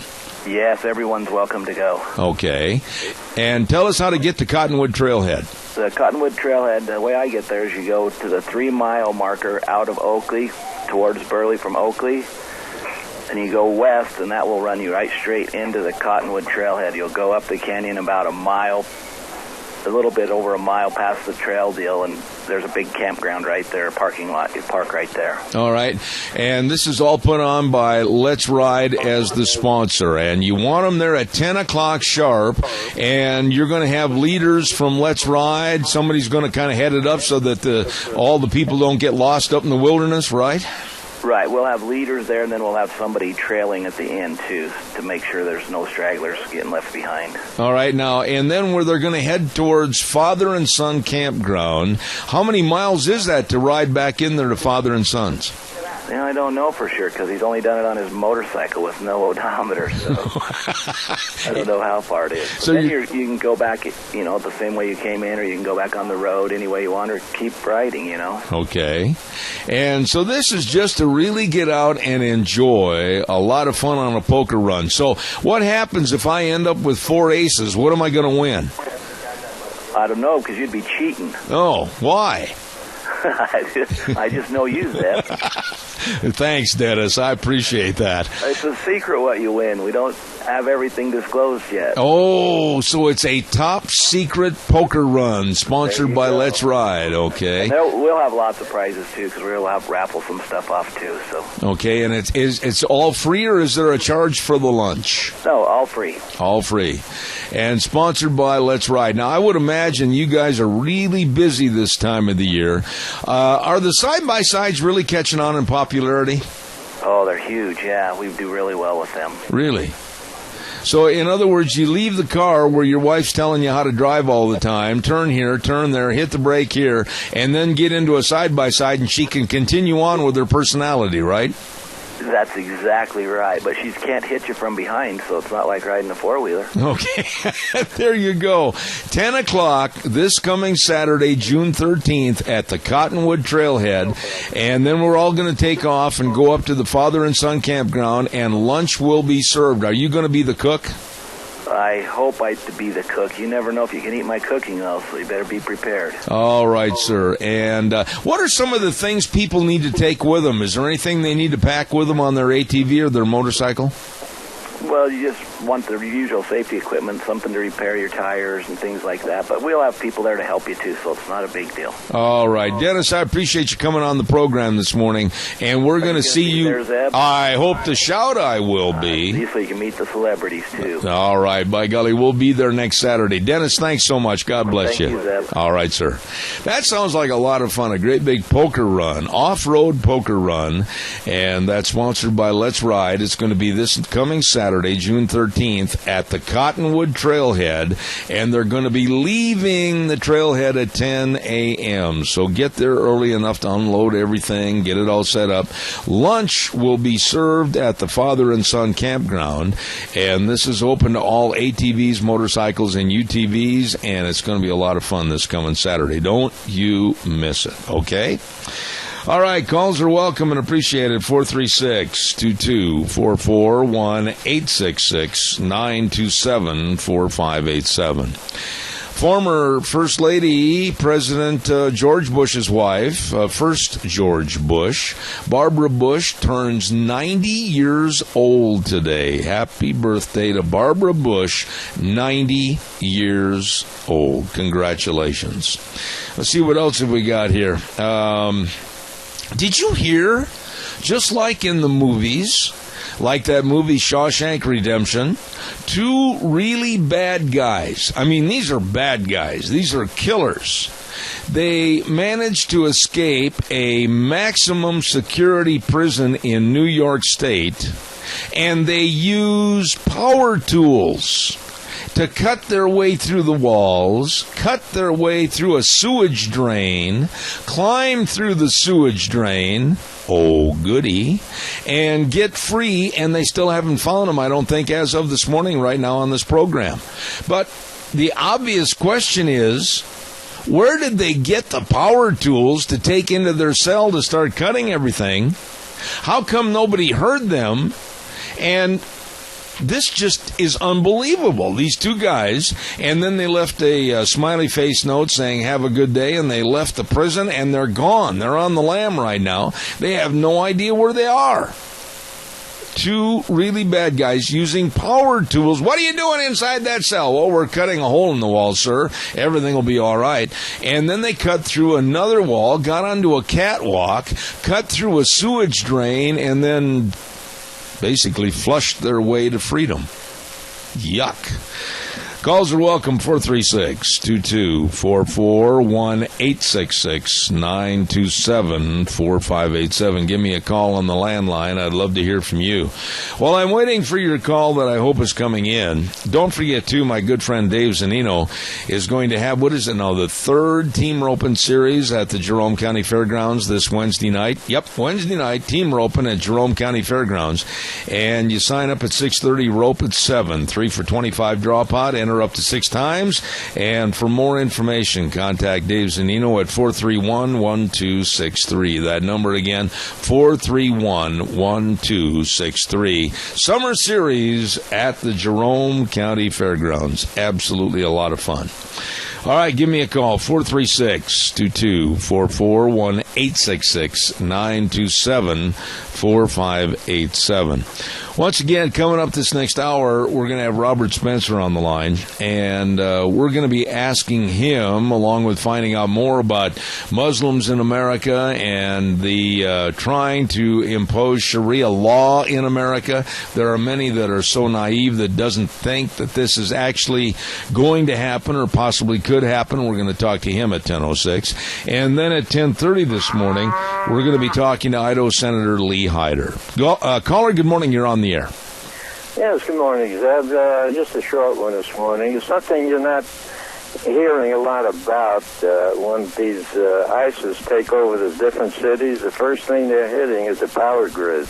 And I've never heard anything on the newspaper. That's being hush-hush.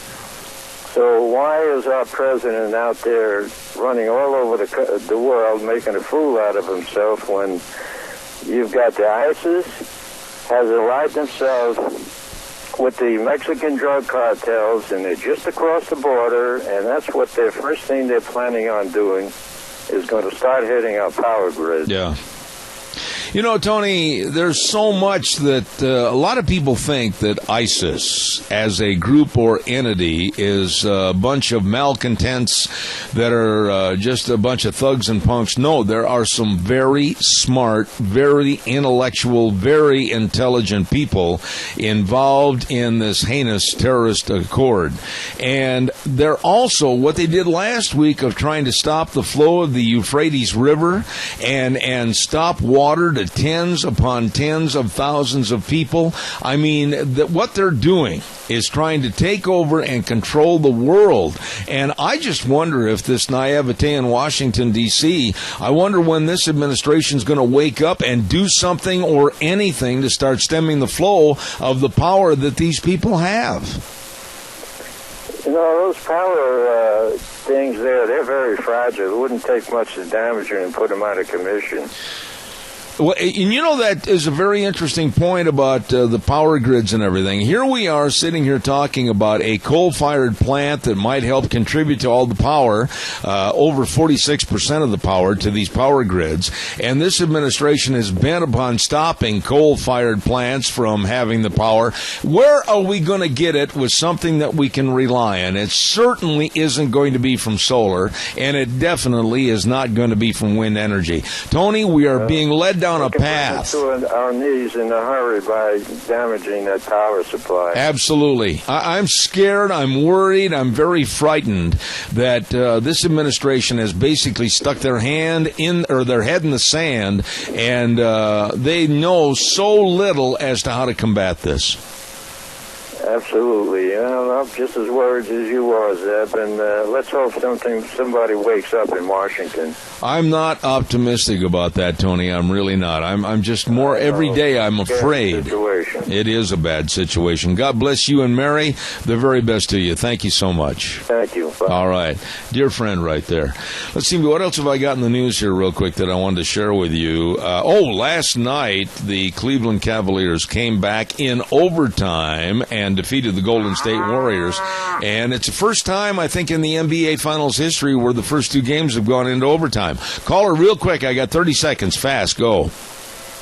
I just wanted to comment on that last caller about the power grid and what have you. I'm just hopeful that we can elect the right person in the office when it comes time to, that they can stand up like Great Ronald Reagan and say, you know what, boys, you want one, we'll give it to you, and just hand it right back. There you go. I agree with you. God bless you for your call. I got to run to the news. Thank you so much. We're going to take a little break for about 6 minutes and then come back with more Zeb at the Ranch. Mr. Robert Spencer will be on at 10:06. Don't go away. Zeb at the Ranch. We'll see you then.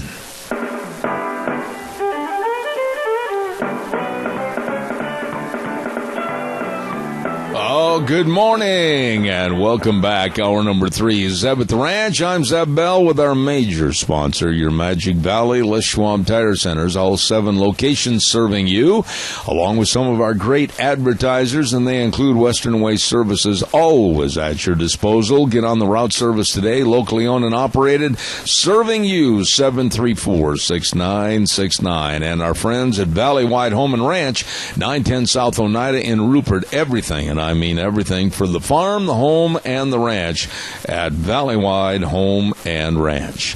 Hey, by the way, if you're hungry, and I am about this time of the morning, it's only just a little bit before lunch. Don't forget the Chadwick Sports Grill at 139 West Main in Burley with Asian-style pork salad today, served with super salad. It's going to be good, always is. Great specials every day, along with all the menu choices at the Chadwick Sports Grill, 139 West Main in Burley. You stop in and see them today. We have got a guest on the phone right now that is, he's been here before with us on this program, and I've got the utmost respect for him and his knowledge about Islam.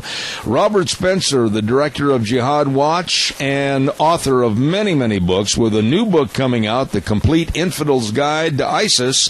It's going to be available on August 24th, and we say good morning to Robert Spencer. Sir, good morning. Good morning, Zeb. How are you?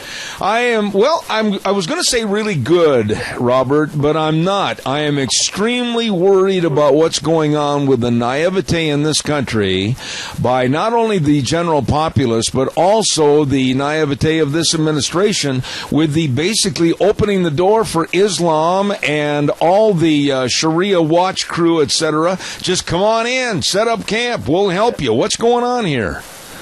Well, I certainly understand that. It's very disturbing developments that have been taking place recently. For example, the cartoon contest that Pamela Geller and I sponsored in Garland, Texas, where there was a shooting of Islamic jihadis who took issue with our exercise of the freedom of speech. In the wake of that, there has been large-scale recommendations by high-profile people in the media, both liberal and conservative, that we should curtail our freedom of speech, that we should not say anything or do anything that would offend Islamic jihadis. This is tantamount to surrender, and it's very disturbing to see it being enunciated by people like Bill O'Reilly and Laura Ingraham, who ought to know better. Well, Robert, what's going on with the government, though? I mean, why are they not taking a more proactive stance? Why are they not doing anything? Is the Obama administration basically naive, or is it some kind of an under-the-table idea? Well, I think the Obama administration's been clear in 6 years plus now that they are not willing to acknowledge the nature and magnitude of the jihad terror threat, and they are in favor of large-scale immigration. He brought in 300,000 Muslims from all over the world last year into the United States, is making a concerted effort now to bring in Syrian refugees. The problem with that is that there's no effort being made on the part of anyone to determine the nature of those refugees, whether they are members of jihad terror groups, whether they have sympathies with jihad terror groups. Nobody seems to care.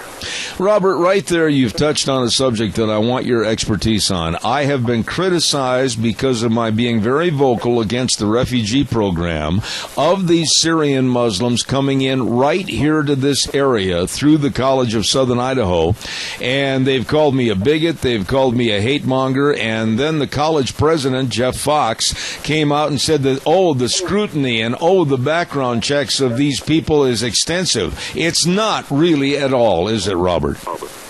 No, it's not. It's essentially limited to a question that is on the form that the immigrants have to fill out. And the form asks them if they have any relatives who are martyrs, that is Islamic martyrs who kill and are killed for Allah, or if they have any ties to jihad groups. And that's it. And, of course, the people are going to lie who do, and that's the end of the investigation. And even that question is now being protested by the Hamas-linked Muslim Brotherhood Front Group, the Council on American-Islamic Relations, and they're trying to get that taken off. So there will be absolutely nothing to screen these people whatsoever. Well, now, how are they selected, Robert? You'd know more than anyone else. How are they selected, they being the refugees, to come into this country and go to various parts of the United States, be it Georgia, be it here in Idaho or Minnesota, etc.? How do they disseminate who's going to go where? They're not really even selected, Zeb. They just show up at various U.S. consulate offices. They say they're refugees. It's virtually impossible to verify the stories that they tell in the best of circumstances. And now, when so much of Syria is a war zone, it's absolutely impossible to determine what the truth of what they're saying. And so anybody can really show up at an American office and say they're a refugee, say they lost their home, say that it was burnt down or something, and they are brought in. And then the Refugee Resettlement Program is pursuing this policy. I don't know on what basis they are choosing the cities, but if you look at the cities that they're choosing, places like Lewiston, Maine, and Minneapolis, and other sort of middling city. Minneapolis, of course, is a larger city, but most of them are middle-sized cities, 100,000 or so, where they're sort of the heartland of America, and they're bringing whole communities, whole groups of these people, several thousand at once, into these communities, thus suddenly changing the demographic drastically in those communities and giving them immediately, without warning and without notice, a huge crime problem, a huge refugee resettlement problem, a huge unemployment problem, and more. You know, Robert, you're so articulate on this, but people don't realize. They say that they have grant money. They say that all this is being paid with grant money, which is nothing more than actual taxpayer dollars. But when you get down to the nuts and bolts of it, and I guess it's almost like 98 to 99% of these people can't speak English, and they speak Arabic, and we have to furnish translators, etc. We're on the hook for finding them work, finding them living conditions, providing food. Really, what good is this program for us? There really isn't any good. It just satisfies people's sense of humanitarian justice. It makes them think that they're doing some good in the world. And their view of that, however, is quite short-sighted. It's based on the idea that these people are refugees and they need help. And that's all well and good. But there's no real critical thinking applied to the question, are they really refugees? Even if they are refugees, what sort of things are they going to be bringing into the United States? What kind of views, what kind of activities, what kind of ties to various terror groups and so on. These things are not entering the equation at all. Robert, you're an expert on understanding Sharia law, and I just saw a news clip the other night where they were interviewing some people in Minneapolis, Minnesota, and they were all Muslims that were interviewed, and they were saying how much they wished and willed that Sharia law would be imposed in this country. What are your thoughts about where we are right now in regards to stopping Sharia law? We're in total denial about it. There were some initiatives a few years back in various states to ban Sharia. Oklahoma was one where it passed a referendum. 70% of Oklahomans voted in favor of banning Sharia in Oklahoma, but then this was overturned by a leftist judge, and several other successful initiatives were likewise overturned.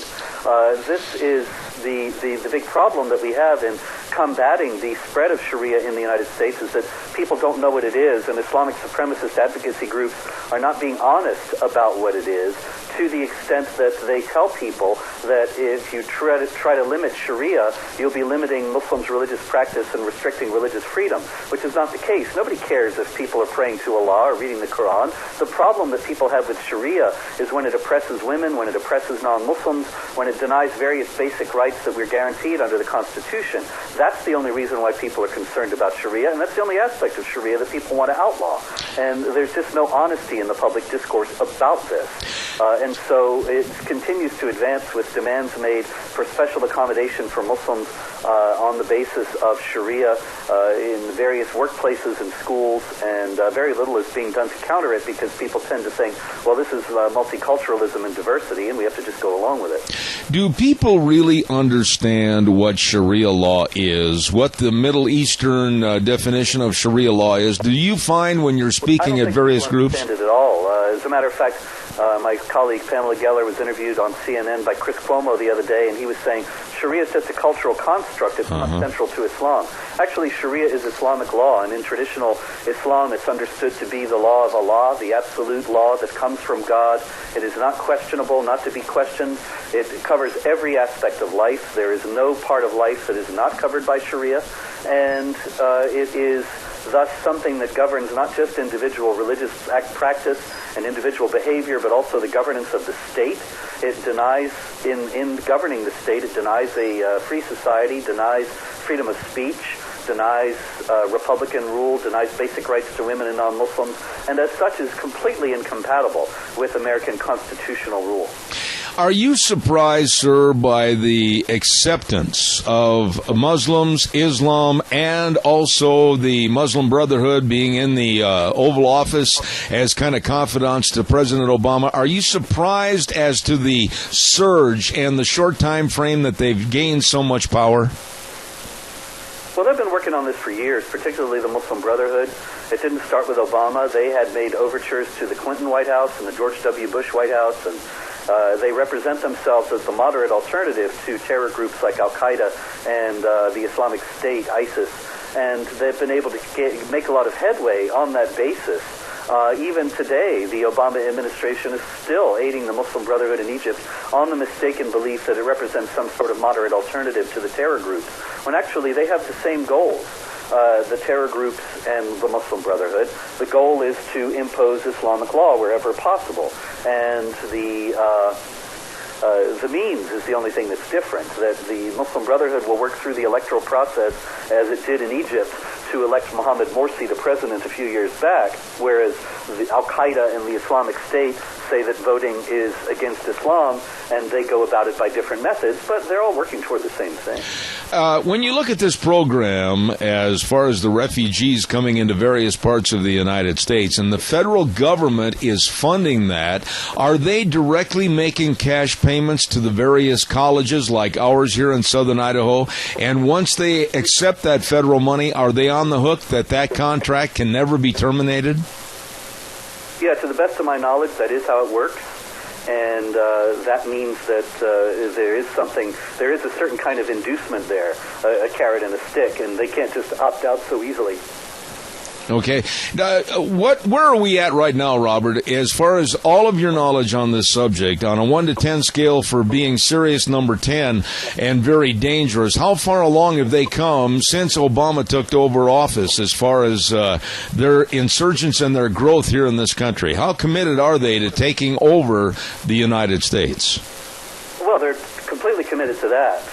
A captured internal Muslim Brotherhood document says that their role in the United States, that is Muslim Brotherhood organizations, and all the major Muslim groups in the United States are Muslim Brotherhood organizations, that their goal in America is eliminating and destroying Western civilization from within and sabotaging its miserable house so that it falls and Allah's religion is victorious over other religions.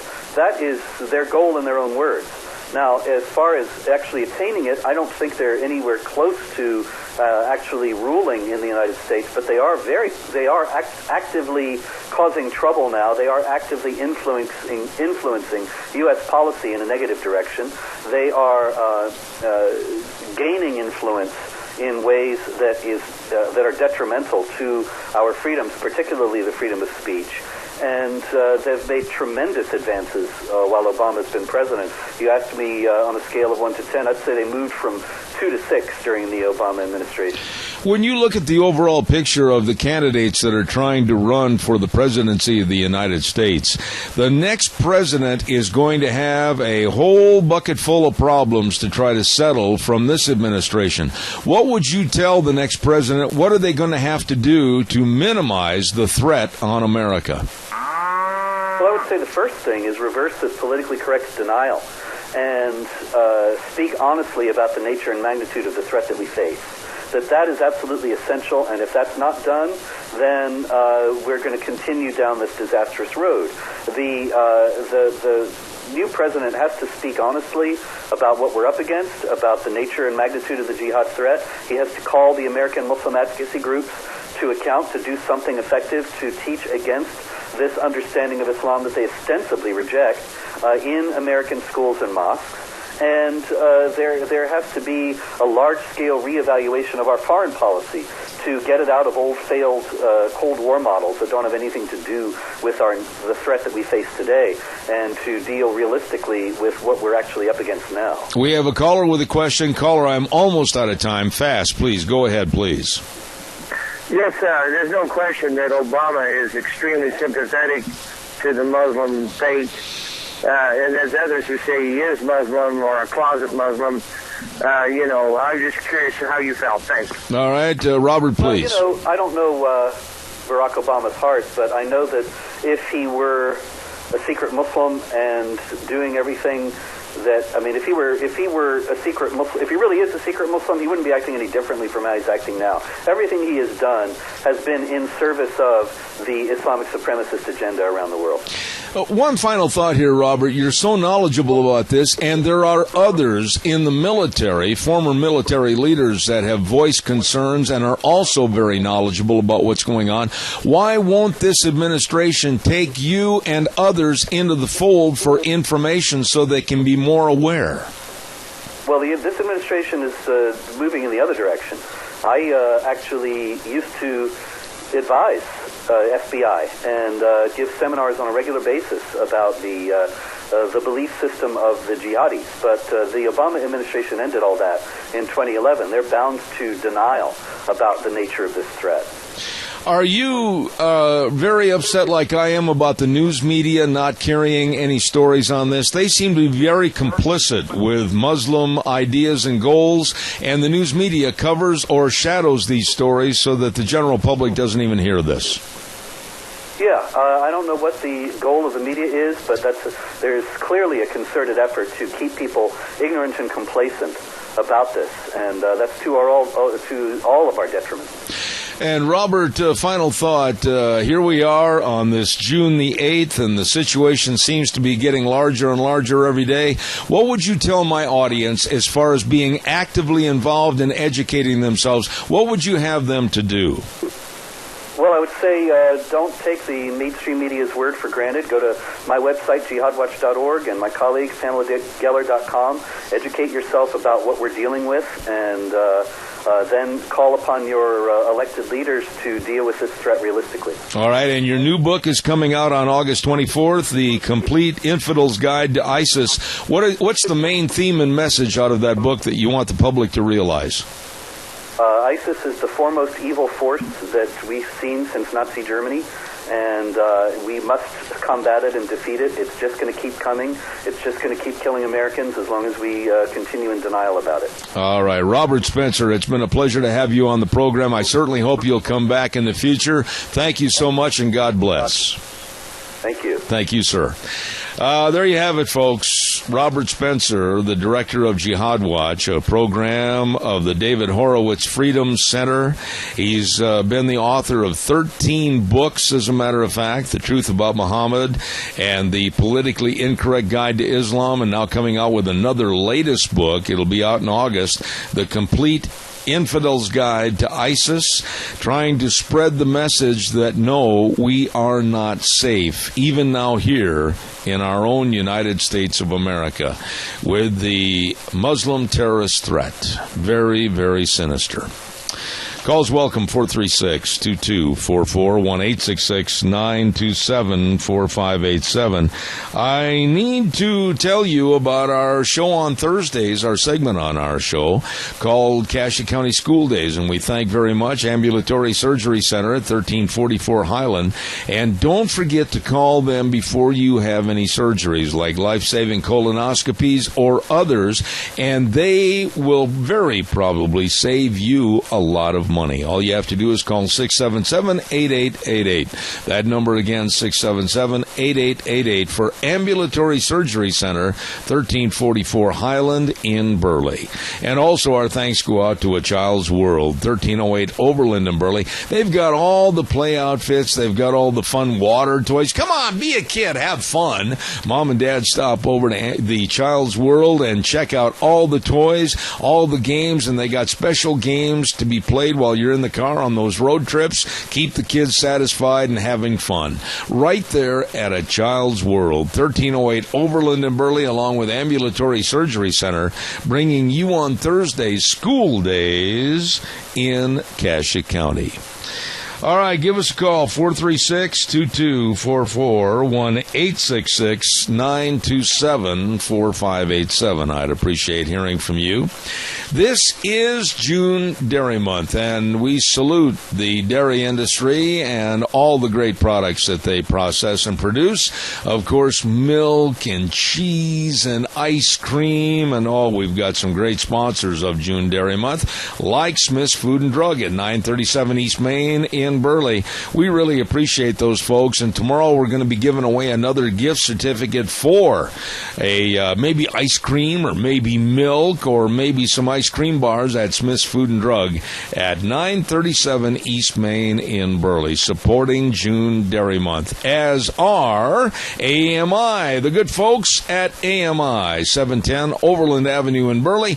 Number to call, 678-4632. If you need a fastener, they've got all your fasteners, and they've got all your bolts and nuts and hardware. I'll tell you what, AMI has it all. Really good folks, celebrating June Dairy Month, and that's, of course, AMI in Burley. There you go.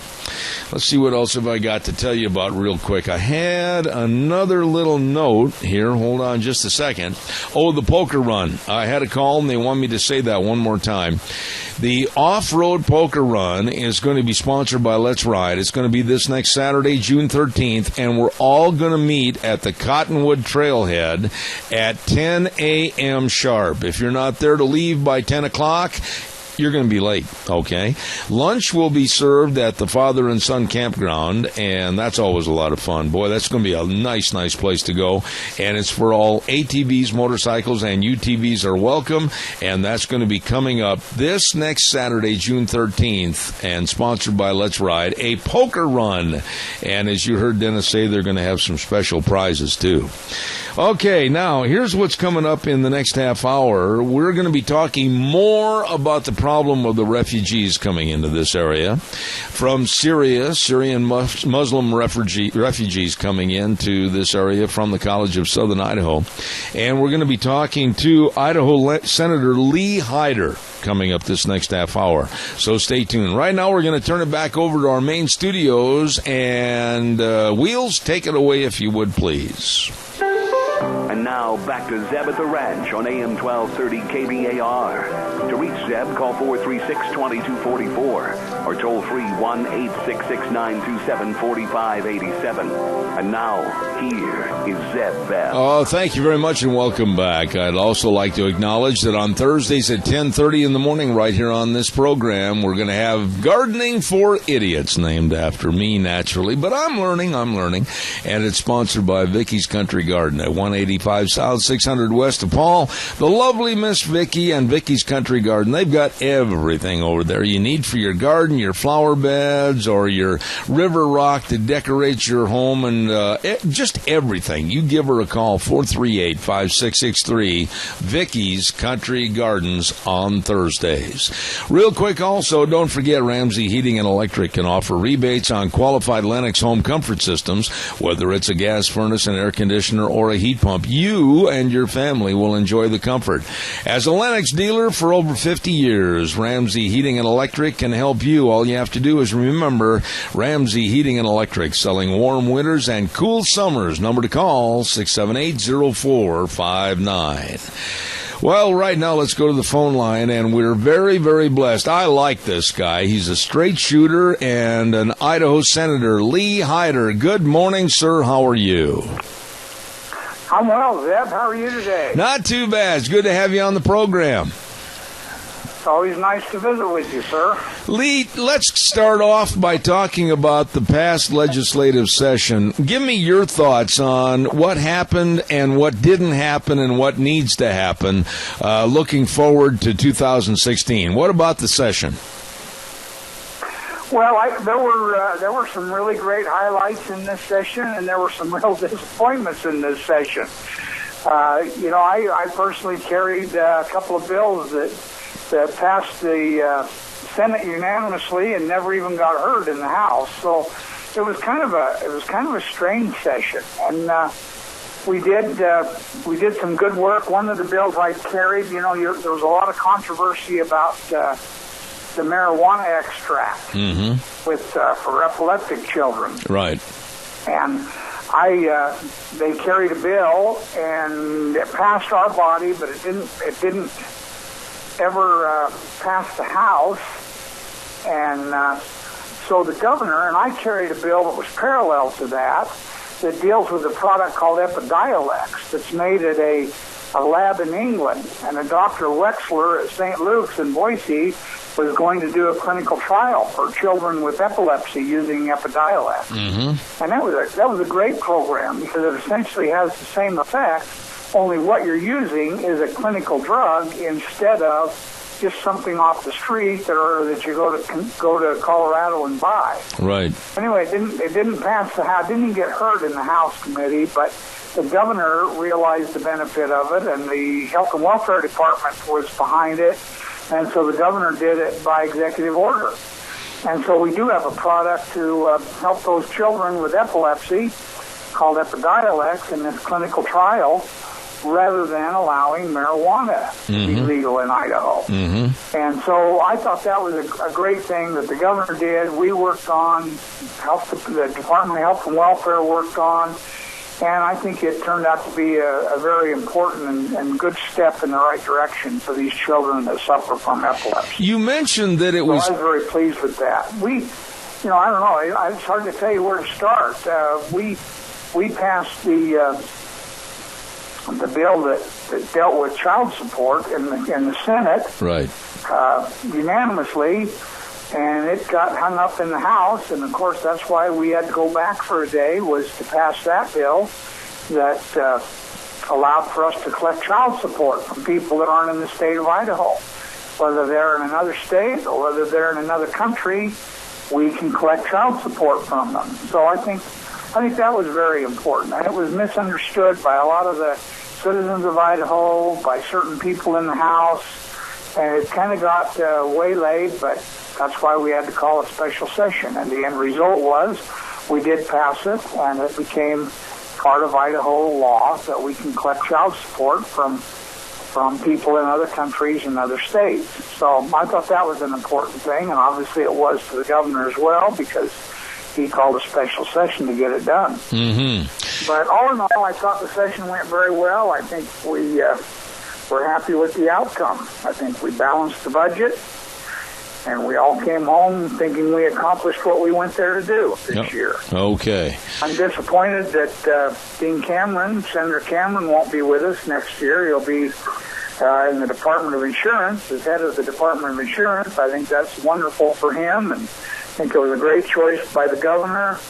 We're all disappointed that he won't be back with us, but someone else will take his place, and that's what happens to all of us. We go down the road, and somebody else comes along and takes our place. So we'll be fine and get along fine and move forward. All right. Senator, let me ask you this, and I want to share with the audience that both Lee and I have talked about this issue in private phone conversations prior to coming on this program.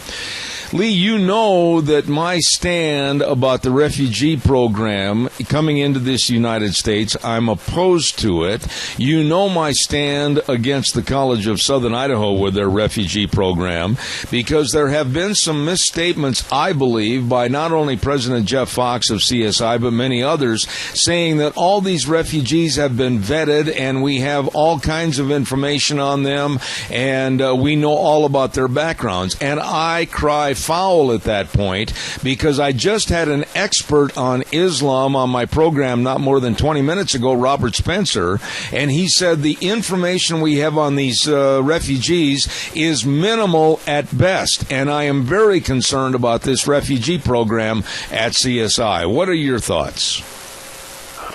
Well, you know, Zeb, we've had refugees coming into CSI for probably 40 years, and they come from different parts of the world. They've come from Nepal, they've come from Africa, they've come from Islamic countries as well as African countries, and you know, they've all turned out to be pretty good citizens. You know, whether you like the refugee program or whether you don't, it's really not in control of the state of Idaho or of even CSI. It's a federal program that comes to us from the federal government, and they ship refugees in from all over the world into different places in the United States, and CSI happens to be one of them. It concerns me. I'm very concerned about Islam. I'm very concerned about ISIS. I'm very concerned about the Muslim religion. You know, it's interesting. In our country, we have a First Amendment that guarantees us the freedom of religion. Well, but the freedom of religion to us means we're tolerant of other people's religions. Their religion says if you're not tolerant with theirs, they have the right to kill you. Mm-hmm. So there's a little bit of a conflict there. But I think we're going to be, you know, it's hard to say till they get here, but we have been providing benefits to people from all over the world through CSI. We find them jobs. We integrate these kids into our school and into our society. And most become hardworking citizens, and most of them obey the law. And, you know, the Desert Industries Association, they help teach them and teach them English and teach them leadership skills. And we've had a lot of successes through the CSI program. I know that everybody's concerned now because these people are coming from Syria, from a Muslim country, and are very concerned. But I think that it'll probably go just as well as the other countries that they've come from, as far as integrating them into our society. But really, my question I guess is, it's a matter of whether or not you think we ought to have a refugee program, or whether you think we shouldn't. And if you think we shouldn't, then you're not going to like refugees from anywhere. And if you think it's all right, we integrate them well, and we train them well, and they become hardworking citizens, then I think they're just as good as anyone else. So, you know, I think that certainly there's a difference of opinion in our society, and especially in our community, about whether or not they should be coming, whether or not we should have the program. CSI feels very comfortable bringing them in from wherever in the world they come. So I guess we're going to have to do a wait and see on this one. Well, but the wait and see in today's age could be very costly, and it could be very detrimental. And this is where I draw the line. I do not oppose having refugees come into this country, Lee, and I want to be upfront about that. I don't. But we have minimal information about these people as refugees from the Middle East, and don't anybody tell me there's great background checks, because you know as well as I do, in those underdeveloped countries, the computer systems and all the background checks, that is just not going to happen. And I will remind you and others that the Sarnoff brothers came into this country, and they were also part of the refugee program. So there are concerns, and I think legitimate concerns. I don't disagree with that, Zeb. I think that we are going to get some bad apples in every batch. There are bad citizens that grow up in America. You know, crime is at an all-time high. We look at riots in big cities. You know, we've got some real social problems in America, and a lot of it has to do with inequality as far as wages. And you can say it's a black and white issue, it's a brown and white issue, it's a close the border issue. I'm very disappointed in the way this administration has dealt with people crossing the border. Our border patrolmen have their hands tied as far as people crossing our southern border. I'm extremely disappointed and very concerned about a criminal element coming across, drugs coming across. You know, but yet you ask a dairyman who employs people that come from other countries as part of their, it's very essential to the success of our Magic Valley Dairy program. So, there are pros and cons in almost every one of these issues, and I think we're going to almost have to take a wait and see attitude to see whether these people are any better or any worse than the people that have come here before. Well, if we've got an immigration problem, which we do with illegal alien immigration, and let's use the words the way they are met. Illegal means you're here illegally, you have broken the laws to get here. Alien means you're not a citizen of this country. Those are not two bad words. Those are the way the honest wording should be. Why not have a moratorium on incoming people until we get this mess straightened out and we find out exactly how our infrastructure, how our job availabilities, etc., how we can cope with all these people coming in? If that were a bill before the Senate, I'd vote for it every day of the week, Zeb. You're exactly right. But unfortunately, there isn't a bill that says we're going to have a moratorium on people coming into this country. We're not going to close our southern border. We're not going to stop the flow of drugs into the United States. We've got a lot of problems that deal primarily with the State Department, with the Attorney General, and with the President of the United States. And how do you solve that? You don't solve that on a state level. We're pretty much powerless when it comes to what the federal government wants to do with or for or against the people of every state, especially Idaho, when we're concerned about it. Well, you say... So a lot of the things that you talk about, and I don't disagree at all with what you just said. Moratorium would be great if we could actually implement it and keep people from coming into the United States until we got a handle on where they're going to live, what they're going to do, how they're going to finance themselves. And if they all come in and rely on the federal government, all they're doing is adding to the welfare roll. Well, Lee, you said the states can't do anything, and I disagree with you somewhat, and we're good enough friends, and I respect you as a state senator, and I'll say this, it's got to start someplace. And I think if all states in a unified voice said, wait a minute, Obama administration, wait a minute to the next administration, we can't handle what's going on with all the illegals coming in and all the other legals coming in.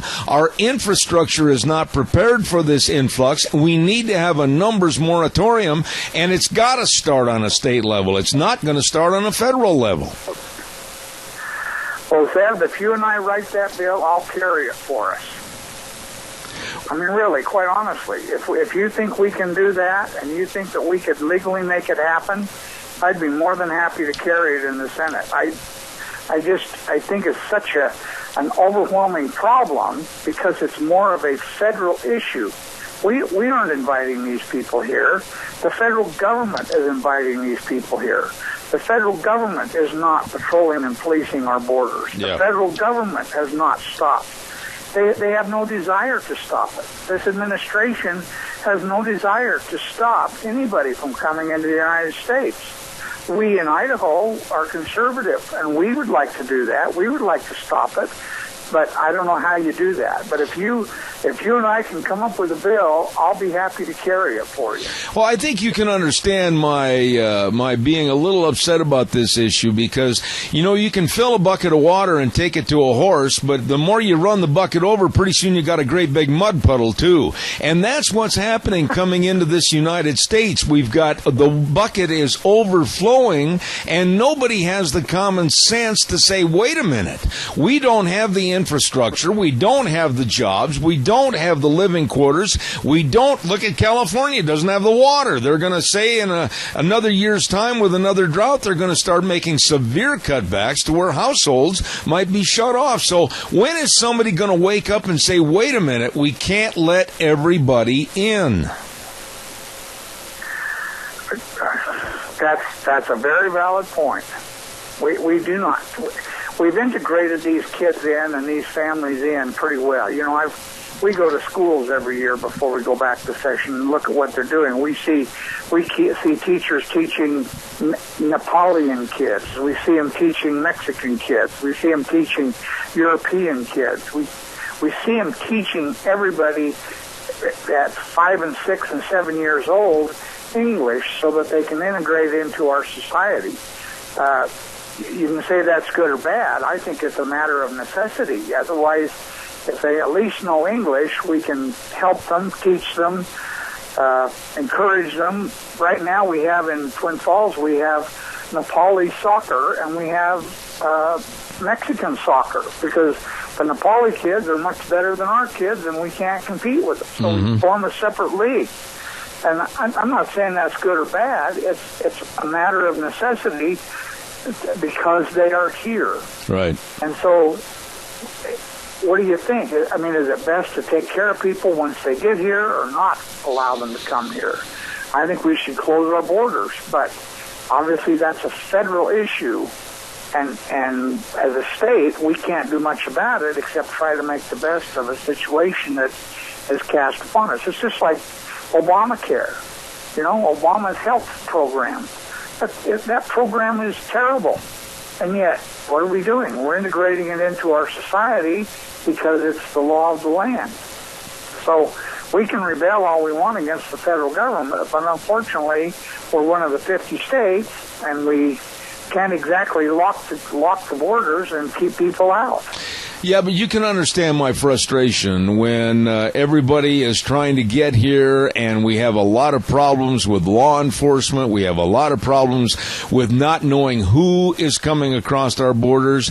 The safety and sanctity of our nation is at stake. But I want to ask you one last question, Lee, and then I've got to do a weather forecast. As you look ahead to next winter, 2016, what do you think is going to be the number one issue that has to be addressed at the legislative session? Well, I think, it depends on what the economy does. Right now, our economy is growing, and so we have ample money for the state of Idaho. Health care issues, I'm sure it's going to be pushed again. Most people want us to adopt, more health care for more people. I've been opposed to that, and I fight it every day while I'm in session.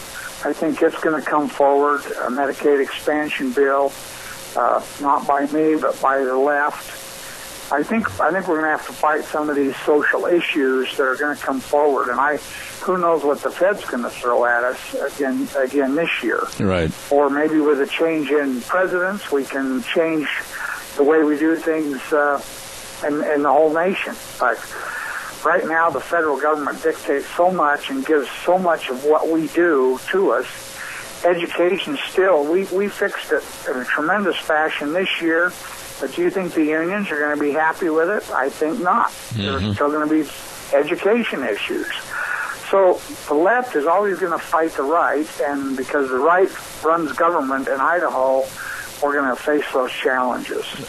You're a straight shooter, my dear friend. I appreciate it. Senator Lee Hyder, thank you for taking the time. Deb. Thank you for letting me visit with you today. All right, sir. God bless. Thank you very much. Senator Lee Hyder out of Twin Falls, and thank you very much. Oh, my, it's time for the weather. And the weather is brought to you by, boy, I get drooling every time I talk about this because they've got excellent, excellent taste items over there. The beef, the pork, the chicken, the cheese, everything in that tax return meat package with Scarrows Meats at 331 North Road, Jerome. Number to call, 324-7657, where they sell taste one bite at a time. I'm going to try to get Don Scarrow on the air here in the next couple of days. They've got all kinds of specialty meats over there too. You ought to just get a hold of them today. Call them, talk to them. 324-7657, Scarrows Meats in Jerome. Right now, here is Michael Rogers' weather. Hello, everyone. Michael Rogers with Zeb at the Ranch. Got that wet stuff working our way to our area again. Good morning. Federal Brands making new week of UV and weather. The rain that I'm talking about, and I'm in that situation again. Please forgive me. I'm giving you tomorrow's forecast today. By the way, it's sunny today, 68 for the high.